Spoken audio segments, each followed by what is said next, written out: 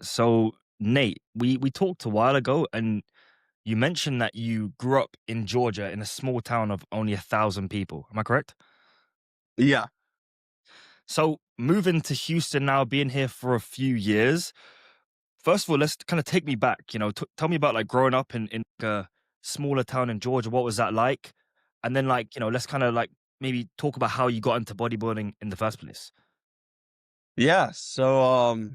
I'm from it's called Bowman, Georgia. It's a like very, very tiny town, like you said, like 1,000 people. Not anymore. It's grew since then. But Mm, life there was nothing like it was here. Just from like a safety standpoint, I feel like the amount of people, the culture, everything is way different out in Houston than it was back there. I as was in, it's out in the country. less safe in Houston. You mean?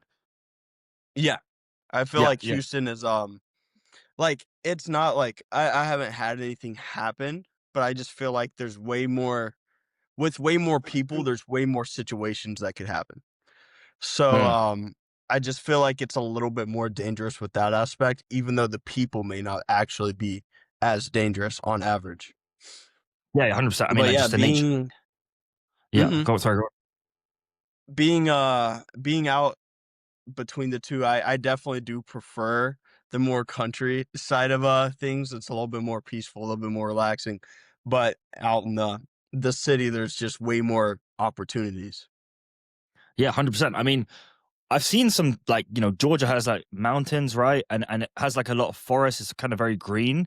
Is that kind of where you grew Mhm. up? Like near mountains? Was it near a big forest?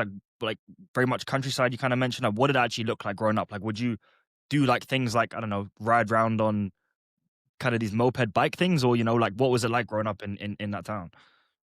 So, where I went to college, I also went to college in Georgia for a Hmm. year, but, that was up in the mountains. Where I was from is more like plains, so it was just like long, flat areas. There wasn't really a forest, but there was, like, vegetation and trees around. Um, my typical area, I grew up when I would visit family would have, like, motorcycles, dirt bikes, four-wheeler, stuff like that. Yeah. But, in Georgia, it was more or less just you would go outside and I would have, like, a BB gun and just Okay. shoot at animals. So I was a wild kid, to Okay. say the least, but it was, yeah, like, just growing up, you were out in the wilderness. Like, there wasn't really a lot of technology, Yeah. uh, just out there. Like, I know I had, like, one gaming system that we were allowed to use, like, when I was, like, 8. I was allowed to, like, actually start playing on a PS2 and stuff. But before then, it was literally just only outside playing in the grass and messing with animals. Interesting. Yeah, I mean, like two things there. So my dad, he grew up in the countryside in the Netherlands, and like I remember I've actually visited the place, and he said that he like kind of grew up and he started doing like cycling. He was always like kind of sporty, but I guess there isn't like a ton to do compared to, I don't know, like let's say I grew up in London and there's like all these maybe different activities you can do. You have different sporting things, etc. There's like all these different clubs. There's anything you could do is there. What did you actually find yourself doing? So you mentioned, yeah, your PS2, you played that a little bit. You went out shooting BB guns. That reminds me of my little brother. He likes that kind of stuff. So, but like, what else? What do you find yourself doing on a daily basis? Would you go like on long walks? Would you just find yourself like in the woods, like just disconnected from technology, or like what did you do growing up in your like free time?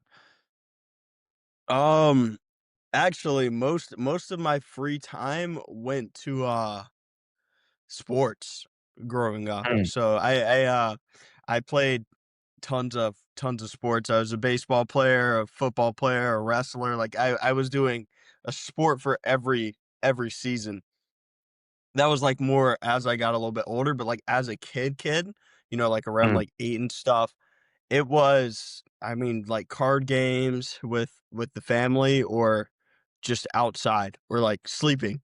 Or I guess you could say like Legos. Like I would play with like Legos. I think Legos, Yeah, Beyblades, yeah, and then just like neighbors. Like I would just go outside and where I there's like a little field behind my house connecting me and a neighbor, and I would literally just run across the field to his house. So it was like Damn. I would say a majority of my time as a kid was spent just playing. Not Yeah. like it would be mostly outside, but Yeah. like at nighttime when it would get dark, like you wouldn't always be allowed outside. So Yeah. because there there's like coyotes and stuff. So like you could Okay. literally just get like attacked by a coyote if you're out too late. But Interesting. it'd be like card games with the family or just like wrestling in the house. Got it. And then, you have siblings? I think you mentioned you have a sister. Is that I have correct? four sisters, Okay. Yeah. three older and Are one you younger. Oh, interesting. Okay. I didn't.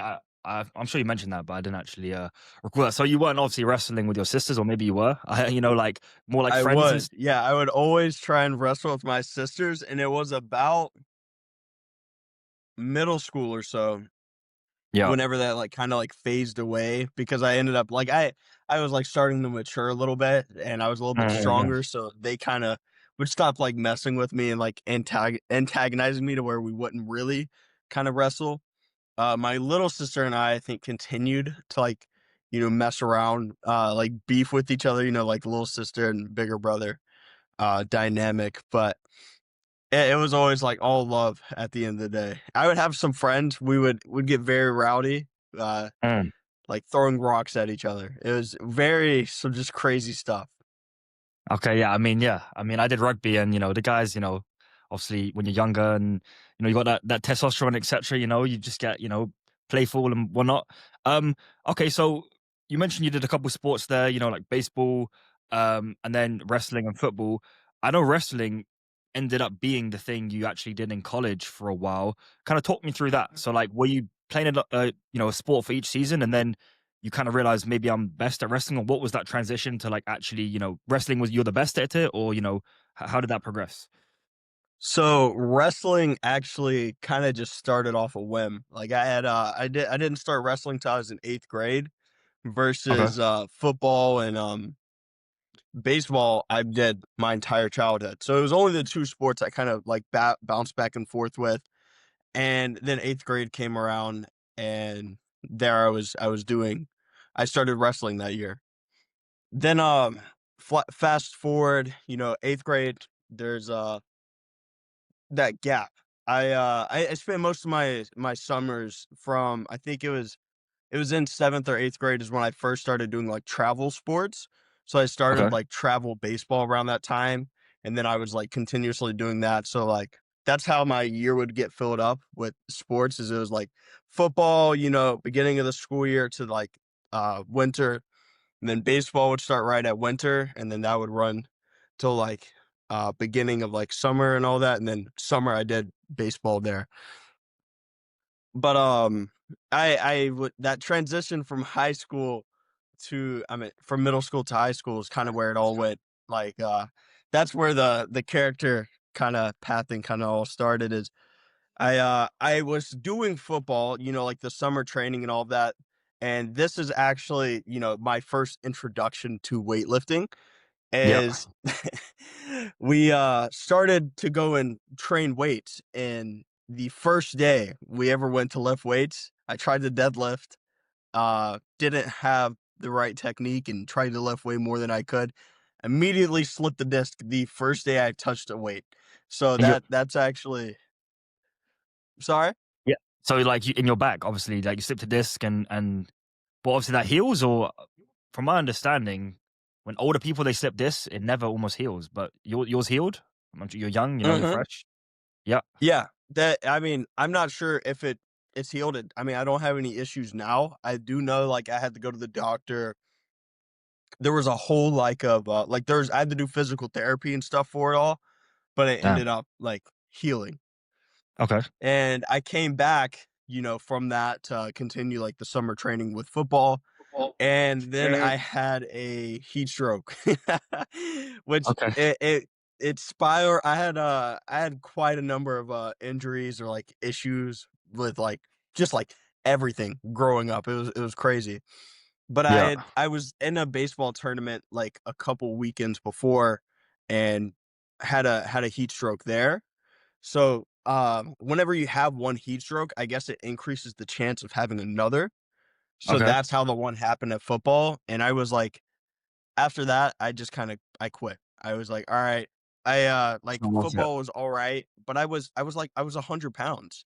I was a Mm. 100-pound, like, 5'6" kid trying to play, linebacker. Like, that, like, What's that, it like didn't 15, work out. 16? Like middle school is like 15, 16, if I'm correct, right? Yeah, I was young for my grade too, so I think I was 15. I might have even been 14. Okay. But, so that's when I quit football there, and then here comes, I in high school, it's like football, then wrestling would have been the next sport, and then, baseball. Well, Yeah. my freshman year of wrestling, I mean, that's like the next like league. Like you're coming in from going from middle school to like the top dog to immediately these small fish in a way bigger pond against all these like, 14-year-old wrestling 18-year-olds. Okay. I see. And the guy in my weight class, he was a senior, and we were wrestling off, for the spot. And he hits a move, and I get an awful concussion. I, like, missed the mat, and I hit on the concrete floor beside the mat. Just, like, and, he partially, like, fractured my neck, so I was paralyzed. So I was on the Really? ground paralyzed, blacked out, couldn't move. I had to get sent to the hospital. There's, like, a if I had the picture, I was, like, in a neck brace. It Yeah. was bad. So that ended my wrestling season. I made it about, halfway through, I wanna say. It was around, like, Yeah. January or so, like, the season was already had been going on, so it wasn't, like, just as the season had started. But, had the concussion, and the doctors didn't diagnose me correctly, so I guess you can almost relapse with a concussion if you don't take the steps properly. Yeah. So Yeah. Yeah. wrestling season that ended up ending, and I was going into baseball season. And the doctor hadn't cleared me to play, but I was cleared to go to the games. Mhm. And the lights at the baseball field were so bright, I ended up blacking out and relapsing my concussion. So basically restarting all the brain damage I had already had and Yeah. having to get sent back to the hospital again at the baseball game that I wasn't even playing in. Damn. Okay. But, So, from but there, yeah. I had to end up giving up baseball. I tried to come back for the next season, and, my hand-eye coordination had went down the drain, and, like, I was so unmotivated. I think I, like, looking back on it now, I think I could have, built everything back up and came back in, but I was so unmotivated and kinda broken with, like, seeing, like, the skill I just lost. I was like, I just gave up, and that's Yeah. when I gave up, it was in 10th grade. I gave up baseball because I went from, I was going into being, like, on, like, the what is it, varsity team as a Yeah. freshman to, like, not even being on varsity in 10th grade because I was that much worse. Like, I was substantially worse of a player. So Yeah. that's when wrestling became the main point of view for everything. Yeah. It's interesting. So it's almost like, okay, so football, you are out of that because of an injury the first time you go to the gym and you hurt your disc doing deadlifts. Baseball, because of a concussion you got during wrestling or kind of you hurt your neck, it relapses during baseball, and then your ability to have the hand-eye coordination, etc., and to play it goes down, and you kind of just like Mhm. you lose the progress, and you're just thinking, okay, well, you just went back to wrestling, and that kind of just that's the one where I mean you got injured in it, but you just kept doing that one as opposed to trying to relearn how to do baseball, etc. Yeah. And, the Uh, funniest it gets worse. So I can, I'll lead this into how I got into bodybuilding. Is, okay, so my it wrestling, I don't know why I never quit. I guess it was, like, just something in me. I just really loved I think this is my spark for like, a solo sport. Like, I think this is why mm, bodybuilding, like, kinda rose up in me is because wrestling, it's a team sport, but the way you do in your match is solely on you. Like, there's no one like, yes, you can be taught how to do stuff. It can be like you can do all that, but it's one of those things that if you don't do the work, it doesn't matter. Like, you're not going to be able Yeah. to perform. Okay. And my freshman year, I had that concussion, and then my 10th grade year, I actually this shoulder, I went to do a move on a kid where I tried to throw him with one arm, and I Yeah. like dislocated and broke this like area, this like collarbone shoulder, and Okay. ended up being out for this season there also, and then ended up rehabbing it, and it came back perfectly fine. But then my Yeah. 11th grade year, I don't know if you could see it, but like this little bump right here, Yeah. Yeah. I at a see it. tournament, I ended up crushing my finger on a kid's hip and breaking it, and then I had the option to continue the season and then this bump be way worse from like, Yeah. having to wrestle with it broken or just being out and letting it heal to make it like, as usable as possible. So Hmm. that was I chose to make it as usable as possible, be out for the season. And that was kind of right before COVID hit. And Yeah. I made the decision after that injury that my next season, my senior season, my last one, because out of all of these, I never got to actually go to the like district tournament to try and go to state. And I really wanted to, but I got injured every year. So I made the decision then I'm going to get a gym membership. I'm gonna, take this to the next level and actually, I want to be so strong when I wrestle that like I can't get like hurt. I can't get hurt anymore. So that's kind Interesting. of where it all started to where I got into the gym. And then my first ever gym bro, he was like super, he was really strong. But Yeah.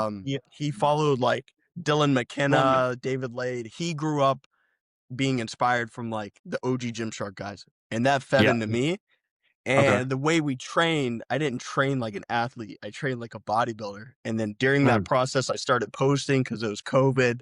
And I started seeing these great results in the gym. And that's when I kind of I didn't like say I wanted to be a bodybuilder. I was like, I would love to like compete, but I was still wrestling. So that spiraled into a whole like almost to where we are now.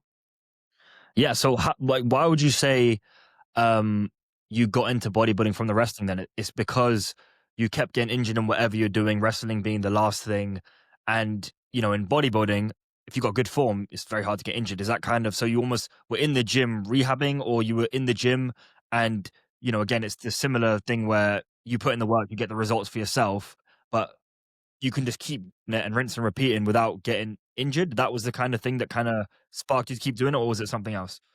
It was more like I bought the gym membership because I wanted to get stronger, Yeah. but the way the only time I would go to the gym was with that friend, Okay. and, he had taught me everything, but we didn't train for strength, we had trained for aesthetics because that was, like, how he had already trained, so I followed his lead. So, I see. more or less wrestling is the reason I got the gym membership, but the way I Yeah. trained was it was to get stronger, but I did never train like someone Yeah, that was yeah, trying to yeah. get stronger should be. Interesting. Yeah, so it's like kind of similar to me in rugby. I started off training in the gym in rugby to get stronger for rugby. So kind of like, similar training probably to American football. Um, but doing that, it's still different to bodybuilding because it's lower volume, it's not to failure, there's more sets, it's more functional. So all this kind of stuff. I remember in lockdown, Mhm, I always liked bodybuilding from a young age. I thought it was like, just having a great physique, etc., was cool. I finally got to do more volume. And if you're doing like American football or rugby, you can't train as often because you need to compete. And then you can't train before or the day after because your body's so beat up, mhm, right? Finally, I could do more volume. And yeah, kind of maybe similar then to me. It kind of sounds like you started following this guy. He was doing bodybuilding, and then you just fell in love with the process. You fell in love with the results, mhm. and then, it kind of spiraled from there. Is that? And then you wanted to get in the gym Yeah. though because you kind of felt like you were maybe smaller in wrestling. You didn't want to get thrown around. Maybe that was the reason you were getting injured because you were on the smaller side. Like quite light.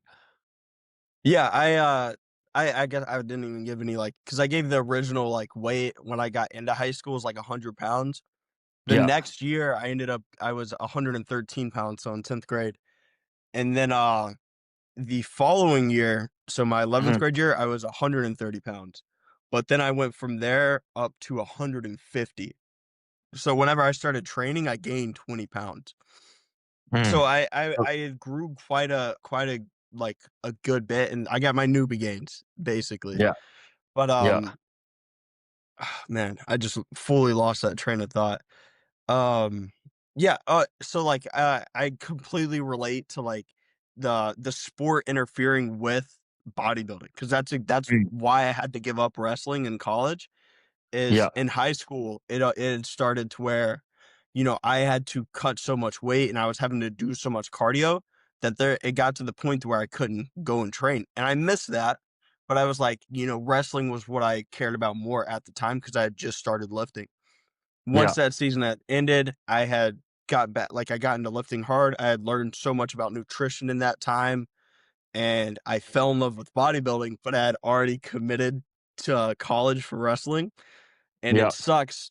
I'm forever grateful for the opportunity to go to college to wrestle, but I had got there, and I had immediately told all my teammates, like, "Hey, I'm only here because I don't like quitting. I'm gonna finish this since I already, like, signed up for it all." And I'm a bodybuilder. So I had already went into college with the mindset that I'm gonna be a bodybuilder. yeah. So it's Interesting. I think that's kind of where I fell in love with it, was immediately after my first season, I then had made the decision that wrestling isn't my priority anymore, bodybuilding is. Because by that time I had a little bit more maturity as well, Yeah, and I kind of realized my potential with it all. So then I yeah. was like, I see so much more. This is way more fun, all of that. Yeah, maybe elaborate on that. Like when you say you see a potential, you mean like, you grew quicker than other people, you got stronger, you saw the aesthetics kind of what you started getting into social media, you started comparing your physique to others. What kind of made you think, okay, well, I have more talent here than maybe in wrestling or these other sports? Yeah, so I think it really initially it was strength. I was I don't want to be wrong, but I'm pretty sure it was my first like 3 or 4 months of lifting. I was already benching 245 from like going from like nut like I had exponentially getting stronger. I was on my when I was 18, I was in college at the time. But, I had benched 350 when I was 150 pounds, which is, like, a Mm, lot for, like, from, like, a powerlifting standard. So I had kinda recognized, I was like, "Man, like, I'm pretty strong with this stuff." Um, but it was more like the comparing, like, my physique. So it was like I looked at my friend, and looking back on it now, I was so delusional. He was, like, way more dense than I was, but I was yeah, like, "Man, he's already been training for all these years. Like, I've already gotten up to, like, his size yeah, in, like, such a short time frame." And then there was, like, looking at the way my waist, like, my taper, my insertions, like all these different like muscle bellies and how like they're rounded and the like striations because I was already so lean from wrestling. So yeah, it was a lot of like comparing myself to others like, oh well I have let's say like a tiny waist and all of that. Whenever I hit a front double, my front double looks better than like this guy that's super popular on social media. But yeah, there was also like points to where that grew into almost envy, where I was yeah. like, why am I not popular? Which is like it was an awful way to think about it because I would post screenshots of a video I took of me posing Mm, like once, twice a month. Like it was I was rarely posting. There was nothing behind what I was posting. And I was like, yeah, why am I not popular? It was yeah. but I think that's definitely how I kind of figured out that I had it. There's also like, the typical like old guys in your gym, like, hyping you up almost like Damn saying like, son. you look like Damn Arnold son. kid. Yeah, yeah, yeah. Yeah. Okay. But Interesting. I mean that I would say that's kind of when I really realized I had the talent was, after my, senior year of wrestling, when I had initially went through my first bulk, where I actually knew Mm. what I was, like, doing nutrition-wise. Yeah, so like around 18 years old, I was, 17. 17. Okay. And, Yeah, and then 17 in high school because my birthday was at the very end of the school year. So 17, then I had turned 18. oh yeah, because what it's like let's say my brother's August baby. Like, are you like somewhere near there, like June, July, I'm, May 5th. May? Okay. Yeah, so near the end still. Okay, yeah, it's a bunch of things there. I mean, just to be clear, so when you're 17 in your senior year, you're going to a high school near like in the 1,000 person town, or it's with more people. I'm just wondering. Almost obviously we have social media, but you know, being the biggest fish in that kind of small pond, I'm kind of thinking maybe you were going to say something like, well, I went to the university and then there was way more people. There was maybe like a university gym, and I realized even there's way more people and I'm still standing out compared to other people, something like that. Or you know, So, I at my school was actually 30 minutes from my house. So okay, where I so I was so out in the country, but luckily where I was at in the country, my parents could have decided where they wanted to send us because we were on like county lines. So I could have went to 3 different schools, but all 3 were like one was 30 minutes, the other was like 35, and then the other was like 45. They were all like okay, 45 might be too far, but they were all like roughly the same distance, but my parents liked one county more. So, um the gym I went to was, I think I've told you, it's like the one I grew up training in was like the size of Gym 3. Like, I don't know if that's like a 2,000 square foot building. It was small. It was so for people very that don't know, small. Gym 3 is in Alpha Land, and that's like it's like a tiny gym. It has like maybe 15 pieces of equipment. Like it's like literally like Yeah. a big shed. It You know what I mean? one Yeah, one dumbbell rack that goes up to 100, which is good. It's better yeah, than most gyms. Like a little like studio room that's like the size of a bedroom that had like 2 bikes on it, but with like a big mirror. And then like 8 treadmills and like 8 ellipticals, and that was like half of the gym. The cardio yeah. was like half of the gym. And then you had 1 Mm, bench, 1 Smith, 1 2 different types of cable stacks, a leg press, and then like your typical leg extension, hamstring curl. We didn't have a bicep curl machine. The adductor and abductor machines, but that was about it. Like there was less than like 20, maybe 20 exactly pieces of equipment in the gym. So I had to get yeah, very creative, and the people that lifted there were, older. Like I didn't never see anyone my age. If I did, it was like a blue moon, and I didn't even know who they were because they were from a different county. So people from my county were so like more towards the city, and they had all of their gym, but I had mine because I mean gas, being I came from a rather, I grew up well off, but like, I was very loved, but we didn't have a lot of like, money, to put it yeah. in short. So like I wouldn't be able to drive all the way 20 minutes just to town to train when I have, my little gym that's 10 minutes away, which doesn't I see. sound like a big difference, but when you have to think about gas money, and I wouldn't really have to think about getting food on the table, but being conscious of like what I spend just growing Yeah, up. 100%. Yeah, like humble beginnings. The gym, is definitely smaller, and like it sounds like okay. So you're not getting your, you know, this sense of okay, I have something here from that gym because there's no one there. You're getting it from then Mm-mm. comparing people on social media, seeing okay on social media how do I stack up, and that's how you're gauging maybe how good you are at this bodybuilding thing. Yep. It was like when I went to school, everyone thought I had like I got made fun of a little bit because it was over quarantine, Yeah, and I actually didn't go to school for the first half of the semester. My senior year, I did online, and I got made fun of a little bit because I was posting, shirtless pictures, flexing on Instagram. Like everyone went through that. As soon as you start posting, your friends are gonna make fun of you, or people you don't really consider as friends, but like they know you, so they're gonna make fun of you because you're taking that step, which I despise. I will not lie. I really let me pull up this picture for you Mm, of I got of a picture of me just like sending a picture of myself in the gym. You can see like I'm pretty insecure yeah. taking this photo, and it gets like taken. A girl takes a picture of that, and then I get made of for that picture, and it was I was like, wow, like like that kind of really opened my eyes to the world and just how people will treat each other for no reason, just like behind your back almost. Or for trying something, like you're trying something and people are knocking you down kind of thing. Mhm.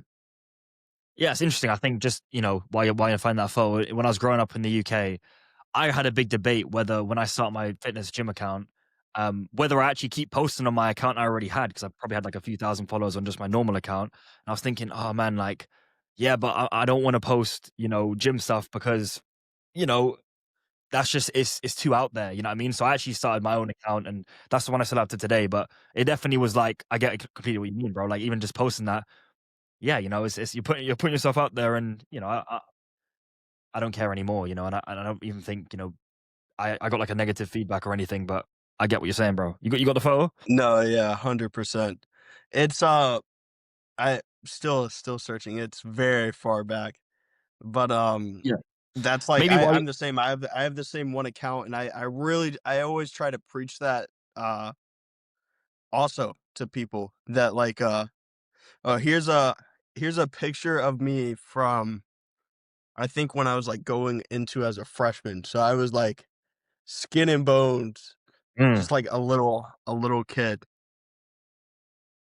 But I always try that's something like for anyone that's like watching and listening to this, like if you're scared to post content, it's everyone. Everyone you follow now or like look up to that, makes content, they had their stage when they made their first post and their family makes fun of them. Their friends make mm. fun of them. Their loved ones, the people that they look up to, your peers, everyone will make fun of you. All right. You just you have to almost shut that noise out and just do it because it's every time you make a post is a lottery ticket Yeah. in my opinion. And I think maybe one more thing to add on to that is that it never, you know, it can get easier, but it never goes, especially like the harder things you do. Like you'll reach certain levels, like you'll maybe post, a shirtless picture or something, maybe a physique update. And then if you post a video, that's like a new level. Then if you post maybe like a certain kind of different content, you're always pushing the limits and it's always gonna feel a bit uncomfortable. And then if you do like a long form YouTube video, you do a podcast, you do, putting yourself out there, really how you think, etc., more than just a picture, it doesn't go away. There's levels, right? And so it's Mhm. definitely it's normal. It's not like if you actually didn't care, if you didn't like get nervous or something, or like wondering, people are going to judge us, etc., then you probably don't even care enough, anyways, right? So I agree with that. Yeah. But here's that photo. It was this is what I had got made fun of, which is I don't know if you can kind of see Got the like orange shirt on. that was my gym, Okay. but like that was like, you know, just a simple picture, to a girl back Mm. uh back when I was in high school. Got made fun of for even taking it at the gym, just getting called small and So a what lot a what what lot do of stuff. what's the American way to, because I grew up in the UK, I feel like the way people make fun of people, so to speak, is a bit different. Like, what do people in America say that is hurtful in a way? Are they saying like, "Oh, Nate's trying too hard" or some shit? I don't know what Americans I say. mean, like, I mean, that's I would say like the trying too hard is more like kind of cutting it up with your friend. It's more like just beating down on something you can't like change, like but like right there, like my size, like how big I am, or Yeah. like how tall I am, or like stuff like that. Like that you would get made fun of in that aspect from like your appearance, Mm. not really your personality, to say the least. Just because not many people actually like knew me growing up. Like a lot of like I always call it like I love the analogy, the popular loner, because Mm. that was me growing up. Like everyone knew me, but I like never once would get like asked to go out anywhere. Never got invited to like a party. Like I've never been to a high school party. Except for Interesting. one Yeah. time I went with my friend to make sure he was all right, and then I left. Like, I didn't even, like, stay. I literally helped him get there, and then I left. But Yeah. I've never partied. I've, I've never drank. I've never, like, smoked or done any of that stuff. But I don't know if it's, like, it started off as, like, an insecurity thing to where, like, I never got invited, so I never saw the value in it. Never saw the value in what? In Like drinking, partying, yeah. going like, stuff like that. Yeah, interesting. I mean, like, I don't even think I've ever said this anywhere, but if I was to, I feel like we all have different reasons for getting into different, for example, bodybuilding, right? If I'm just kind of picking up there, like, I feel like I can relate. You're kind of saying at the start, well, you know, I was smaller in wrestling, I got thrown around, I'd get injured, etc., and maybe that drove you to get in the gym, get Mhm. stronger, try not have that be the case. And for me, like, I remember from a young age, I always thought physiques were sick. I remember being like 10 or 11 in my room. No one else knew what bodybuilding was. I think I saw like Gold's gym videos of like Flex Wheeler and like Chris Cormier, if you know who he is, like in Gold's Venice. I was Yeah. like, oh, that is sick, you know what I mean? So I always just had in the back of my mind, like, physiques look cool, you know what I mean? But, there's it's never just one thing. But I remember I did rugby, right? And, we're like a similar height, I think I might be, we're similar height, you I know what I'm think saying? you might actually be an inch taller, I think. A little bit taller, but Yeah. similar, you know what I mean? And like I remember growing up, I didn't know at the time, but I was definitely very insecure about my height. My parents are both like 5'7". And I always, just because I did rugby and like American football, rugby, your size matters in a sense, like because I was always quick, I was always nimble, I was always athletic, but Mhm. height matters because mass moves mass, right? If you're playing a contact sport, it matters. And I think that Yeah. was a reason that also motivated me, you know, I'm not gonna say little man syndrome, but you know how like I sometimes there was this one guy on my team. He was 6'5". He was like 315 pounds at 16 years old. And like, but they don't have necessarily the mindset because they have it so easily. But it's like I'm not saying short man syndrome, but I feel like guys that had not only like you have a wrestling background, competitive sport background, I had rugby background, and like just maybe you were a bit smaller. I was never like small, I Mhm. think cutting weight for wrestling, but in rugby, like there are guys that are like much bigger, you know what I'm saying? That I was gonna definitely say there's drove. no, like, weight cap. Yeah, but it, like, drove me to, like, get in there and, like, just make myself bigger, stronger, etcetera, in, like, a similar way, and then it snowballed and all these other things, but, I feel like there's some similarity there for sure. So I wanted to say, like, okay, so we kinda gone over the backstory, you know what I mean? But let's talk about, before we get into the bodybuilding, 'cause, we can talk about a ton there. I also love your story about, like, being in college, doing the bodybuilding, kinda getting by, like, and even this, like, hustling stage, you're kinda almost, like, sleeping at a friend's place, you kinda already dropped out. I mean, I don't, like, ruin the story, but kinda tell me about that. So you go This to is, college. Let's the go from there. craziest story. Like, it's actually, like, wow, makes no sense what I was doing there at all. Um, so initially, I went for my freshman year where I had wrestled at this college, made a tons of friends, and it wasn't my first job, but it was the first job I kept for, like, longer than, like, a summer job or, like, a side gig, where I worked at GNC. Mhm. So after my wrestling season ended, I had tons of free time. So I got a job at, the local GNC out by the college, which was like 15 minutes away. Um, so I started working there. School ended. I was, done with wrestling. So all I was doing was bodybuilding and working. This was actually I did my first show this year, Mm. and that went awesome. I ended up clearing the show. We could talk about like, shows and stuff later. But Yeah. I worked there for dang, I think it was like a year and a half almost. Maybe yeah, it was almost a year. Okay. And after that year, I ended up getting out of a relationship after my first show and went from there to then that spiraled into me like, all right. I like I said, I had won my first show, so that built a lot of confidence. It was a natural show in Florida, but I went from that. After that, I was like, that's it. I'm going all in on bodybuilding. You know, no following at all at this time. I had like maybe 1,000 followers from like, you know, mostly friends and maybe some like organic followers from Instagram.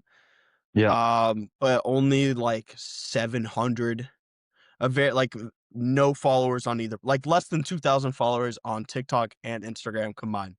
And I'm Yeah. like, I'm going all in on bodybuilding. Makes no sense. I have no form of income here whatsoever. So I having no income, had no job, and all I had was some friends that were still in college. I had my parents' place to stay, but getting money for food, because I mean, my parents aren't gonna sit here and, you know, continue to feed a college dropout that just quit their job for no reason because they're going all in on, bodybuilding, even Real though quick they there, have real no quick. way to generate income. I think you skipped over, like, you know, obviously I know, but like, when did you drop out? And kind of talk real quick about that before you can, like, you haven't even mentioned you After dropping out. my first year.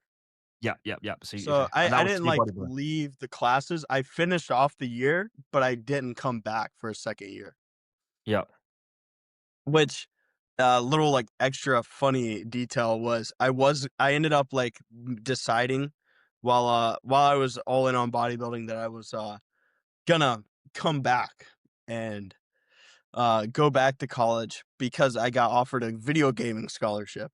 So that was, like, just something just funny there, because I got offered it because I was up there at the school visiting.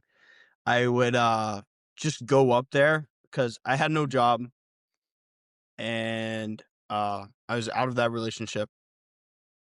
I would just go up and use my friends. Because at college, there's, like, the buffet style cafeterias. There, there was a card. I used one of my friend's cards, and he would swipe me in, and that's how I ate. So yeah, I would go up there with the original intent was, like, to stay a weekend, and then it turned in from, well, what do I have to go home to? So I went from that to staying up there a week to then going back home, coming back a couple days later, and staying for months at a time. yeah. And I was literally just living off of someone else's meal swipes and no money, and was just training. That's when I kinda built a more of the relationship and got the offer for the video gaming scholarship was for me just kind of lounging around up there, and it And which was game is this? that summer. Hmm? And which game is this? Call of Duty. Okay, So okay. it Let's go. was Yeah, correct. Modern Yeah. Warfare, Call of Duty Modern Warfare, 2, because I Okay. was playing, Modern Warfare 2019, and that was, like, my highlight. Like, that's where I almost peaked, sorta say. And Yeah. then, Modern Warfare 2 was the game they had, offered me scholarship to come and play for them. And There's I had university giving you committed. to play a video game. How does that? As in, there's like a gaming degree or something, or what?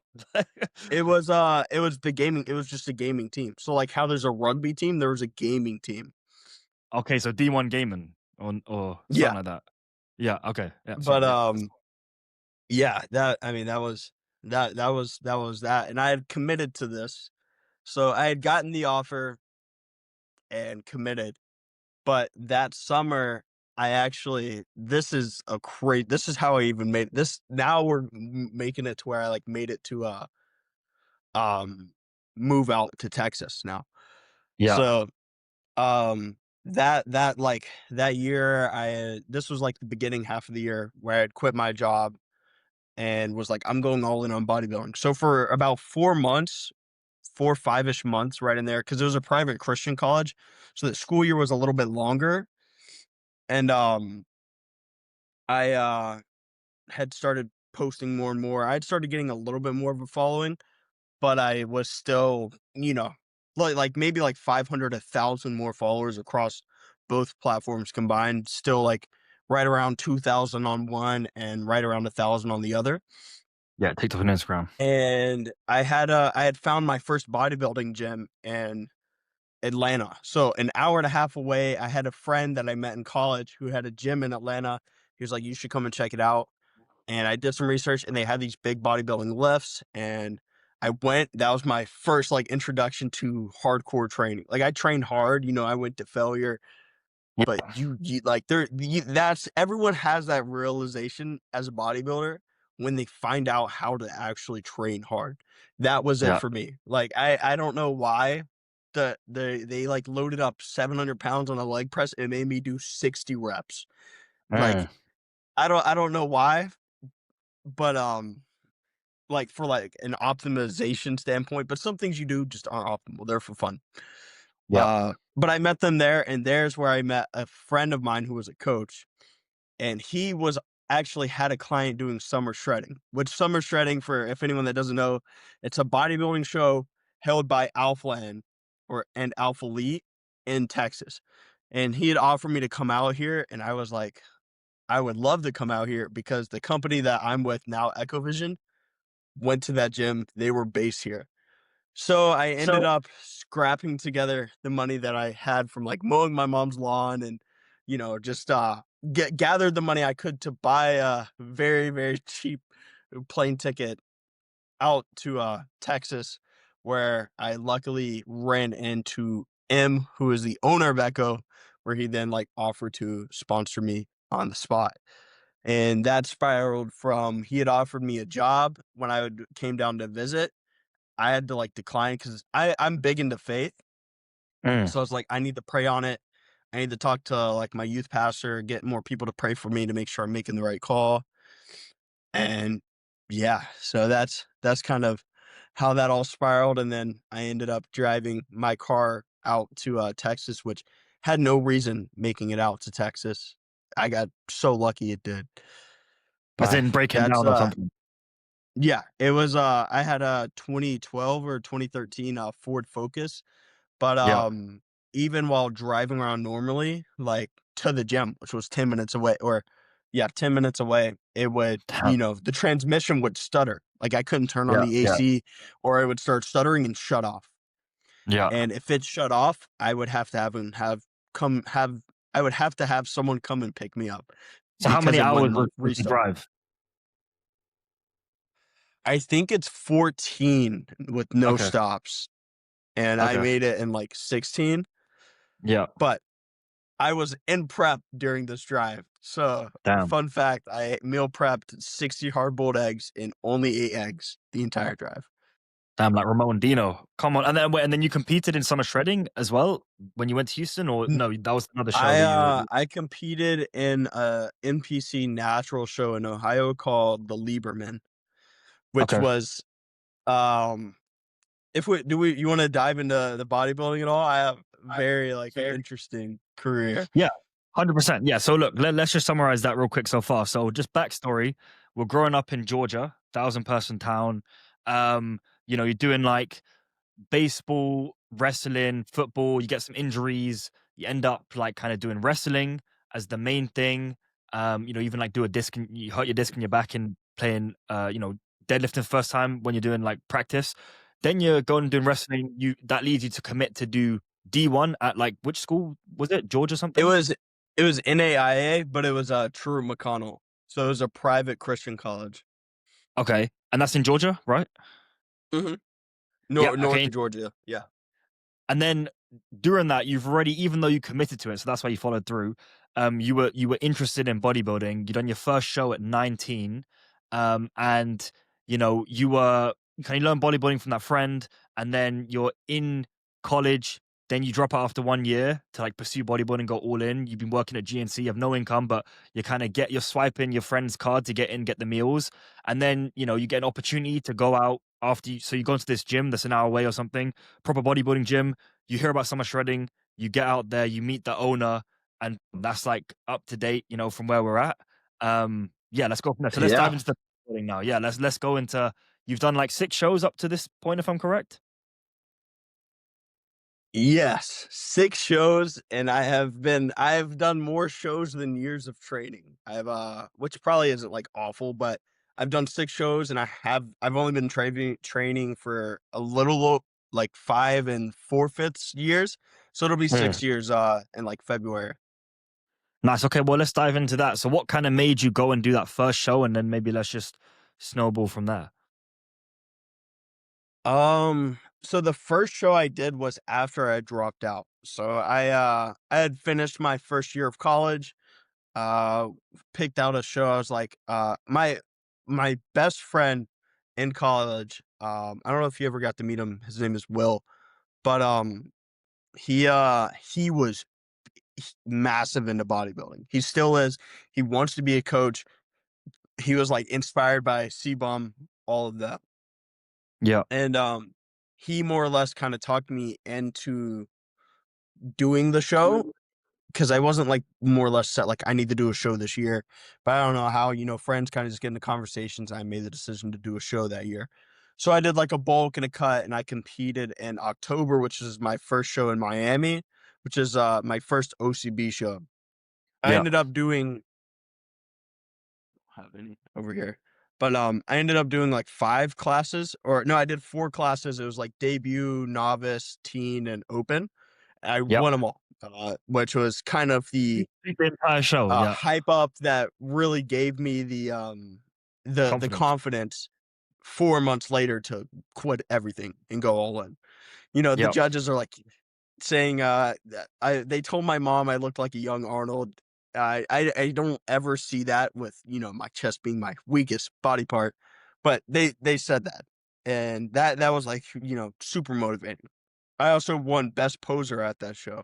So I was like, Okay. this is throughout that whole time period, I had already been practicing posing so much, Yep. just to like get better and better. Like I pose every single day, up to this day.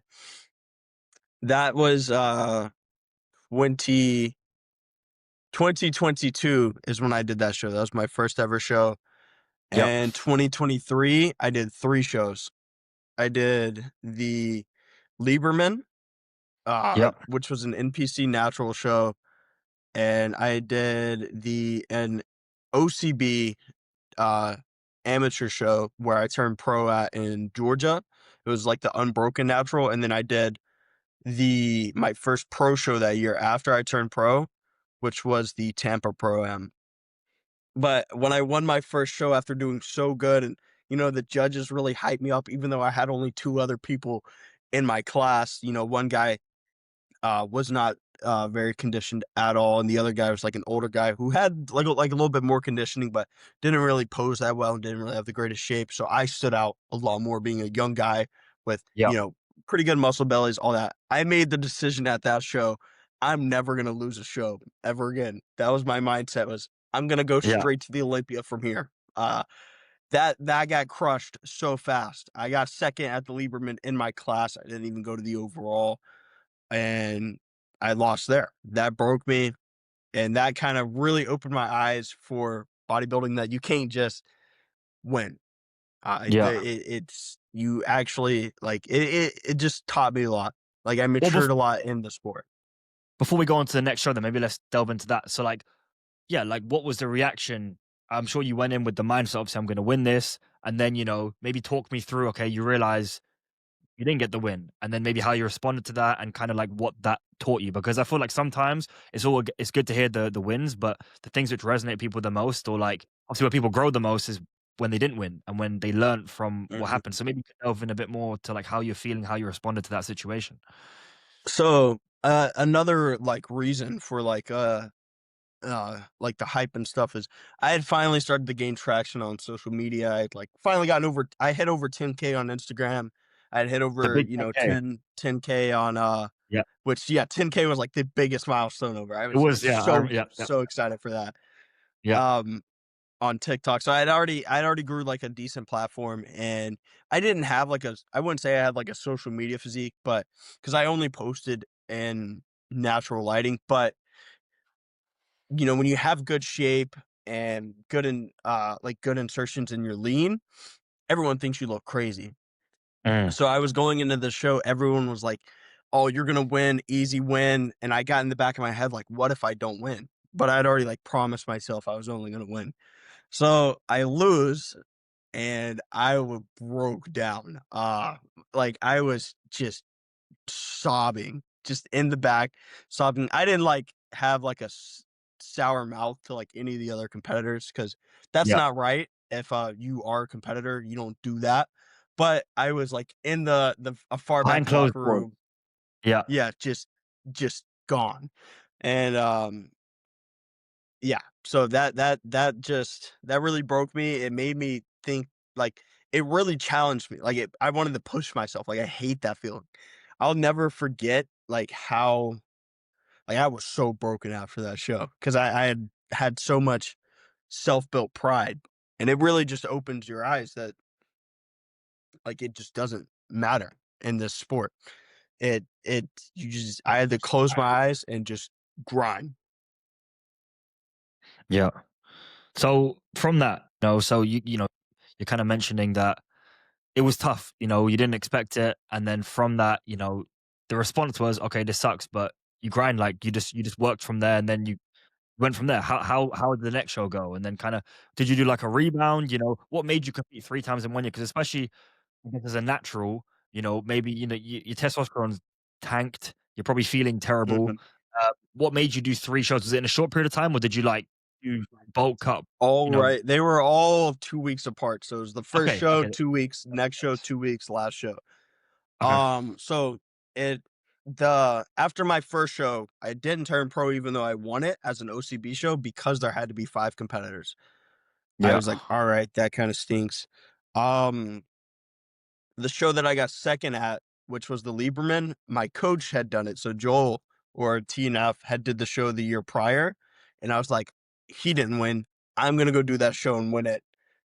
Just to kinda do it. So that's why I picked that show out. But my main goal for the next year was I wanted to do a pro show. I wanted to be a pro. So I had picked out the OCB show already, and then luckily right after the OCB show, there was a pro show. So I had yeah, already had the goal for those 2 shows, but the very first show I kinda impulsively decided that I was like, "I'm gonna do it because he had did it." yeah. Oh, also, real quick, like maybe some people watching then would like, how did you end up working with the first show? You were self coached, and then you went with TNF, or how did that process come to Yeah, be? so I was pretty much self-coached up until 3 days before my first show. I was a fan of TNF for Joel, Yeah, and I was, like, trying to figure out how to peak. I was self-coached, like, I and all the leanness I had got down to for my first show was all me. It wasn't, like, the greatest, like, I obviously could have been a lot more peeled, yeah, um, but I basically commented on a post of his, like, I think I might have also went into his lives and were always asking, but I was like, "Please help me. I have a show in a couple days. I have no idea how to peak."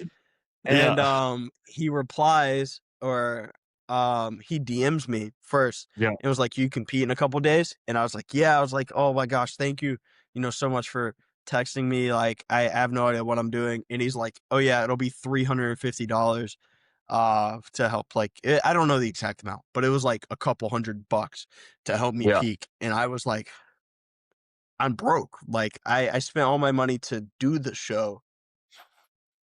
And, like, I mean, I was working at GNC, but, I mean, you made I made $10 an hour, and they wouldn't let me work more than, like, 40 hours a week at GNC. yeah, So, um, yeah, I basically had begged him. He said to pay this much. I was like, "I'm sorry, I can't." So I got to the venue 3 days early. A day went by after he had told me that, and he ended up reaching back out after I was like, "I can't pay it." And he was like, "I changed my mind. Let's do this." So he ends up peaking me, and I thought he was only gonna help me peak, but then he sends me a text message because I got his number from that interaction, and he was yeah. uh, like basically, let's kickstart the bulk. So that's how I started working with him. And it's just been like that ever since. Yep, ever since. I mean, we're still working on me getting down the post show rebounds. but, Yeah. that We'll come to that. that Yeah, yeah, everything yeah. else we got in a groove. Yeah. Okay, so now on to the third show. Maybe you can just like we go over yeah, let's go through the shows real quick, you know what I'm saying, with the bodybuilding and how you've done actually in the competitive scene so far. So, yeah, this is crazy, so this is 2023 for this competitive season, and I did the Unbroken, like we said, where I turned pro, and then this, last show, the pro show, which is the Tampa Pro-Am, is my first ever pro show. I went in, got 5th. Um, I got beat by an old man, like, white hair. I still don't really know how I got beat until I looked back more at the footage, and it was my stage presence was good, but I didn't hold poses. I would be washed out, I'd be breathing a little bit too much. My legs wouldn't be engaged. So even though I looked substantially better than this guy, that was only when I hit the poses. And if you're never hitting the poses on stage, it doesn't Yeah. matter. The judges are judging at that moment. Mm. So I got 5th. That stunk. That really sucked. And I was like, all right, this next year, 2024, after the 2023 season, I was like, I'm gonna do the biggest OCB show, and I'm gonna do great at it. So I went in, prep for that show, and I got 4th in my class, which is really good because there was like a giant age gap between me and all the other guys, and it was the most competitive show. So I'll take getting 4th at that, Yeah. especially since I atrophied at that show. And then fast forward to this year, I did that same first pro show. So my very first ever show, which was the Tampa Pro-Am that I got 5th in my class, not in the overall, in my class. I did it again this year. I won my class, and then I got 3rd in the overall. So that Yeah. was pretty sweet. Made my first ever check from Bodybuilder. Even it was only $500, but it's Yeah. still it's more like the sentimental and the thought process behind, you know, really taking something you failed miserably at and then being able to grow into it just over a Yeah. couple years. Yeah. It's It's more just I think it symbol. is like beautiful. Yeah, 100%, bro. Yeah, and obviously congrats on that. And so let's go into then you've done 6 shows up to now, and, over this time, you've worked with a coach, and you've been at Alphaland now for how many years? Because if people that don't know, like, I've I've been training. I got to Houston, like, just over a year ago, and we've trained a few times, in Alphaland, other gyms, Vice, et cetera. How long have you now actually been in Houston for, and, like, progress your bodybuilding journey? And also even tell me, like, you haven't even mentioned about that, how different that must have been. You grow up in a gym that's just as big as Gym 3. Now you're training in a gym which is like probably 50 times the size, and there's all these other bodybuilders, and you have now, like, a network in Echovision, etc., of people that are competing and like-minded people. Kind of tell me about like how that journey has been and how that's progressed you, because from my experience, I was in Santa Barbara. It's very hard to progress when there's no one around you with a similar mindset doing what you're doing. When you're around people that are Mhm. doing what you're doing, it gives you more fuel and it helps you progress faster, right? So, like, kind of touch on how moving to Houston has changed your trajectory, changed everything for you. So, man, I can actually really spiel on this one. So, I've been in Houston for actually probably about 2.5 years, or like two. It hasn't been two. Yeah, 2.5 years. I was gonna say it's either 2.5 or 3.5, but 3.5 would not make sense. Yeah. And when I initially moved, I immediately moved to Alphaland. So I've been training at Alphaland for 2 years, and I just switched from Alphaland to like a little smaller gym nearby. But yeah, the I don't want to say criteria, but like the level difference it was crazy. I loved Alphaland. I thought it was the best thing ever. Massive gym. The equipment was great. There was so much selection. but there was a crazy wake up call for the levels there are to people here. Like, I Mm, went from, like, never seeing anyone bigger than me, even though I wasn't even a big guy, I was like 150 pounds on stage, to from never seeing anyone bigger than me to then, like, almost everyone was bigger than me. So, um, it was really motivating, actually, yeah. just seeing all of these people, and it made me, like, really wanna get after it. But, I mean, that was just, like, a giant culture shock, and when I had first started going I started went to Alpha Land alone, it was definitely nerve-wracking because the first times I'd ever went, I was always with someone, Yeah. but that, that all was, like, just terrifying when I first started No, going alone nerve-wracking. because it's so big.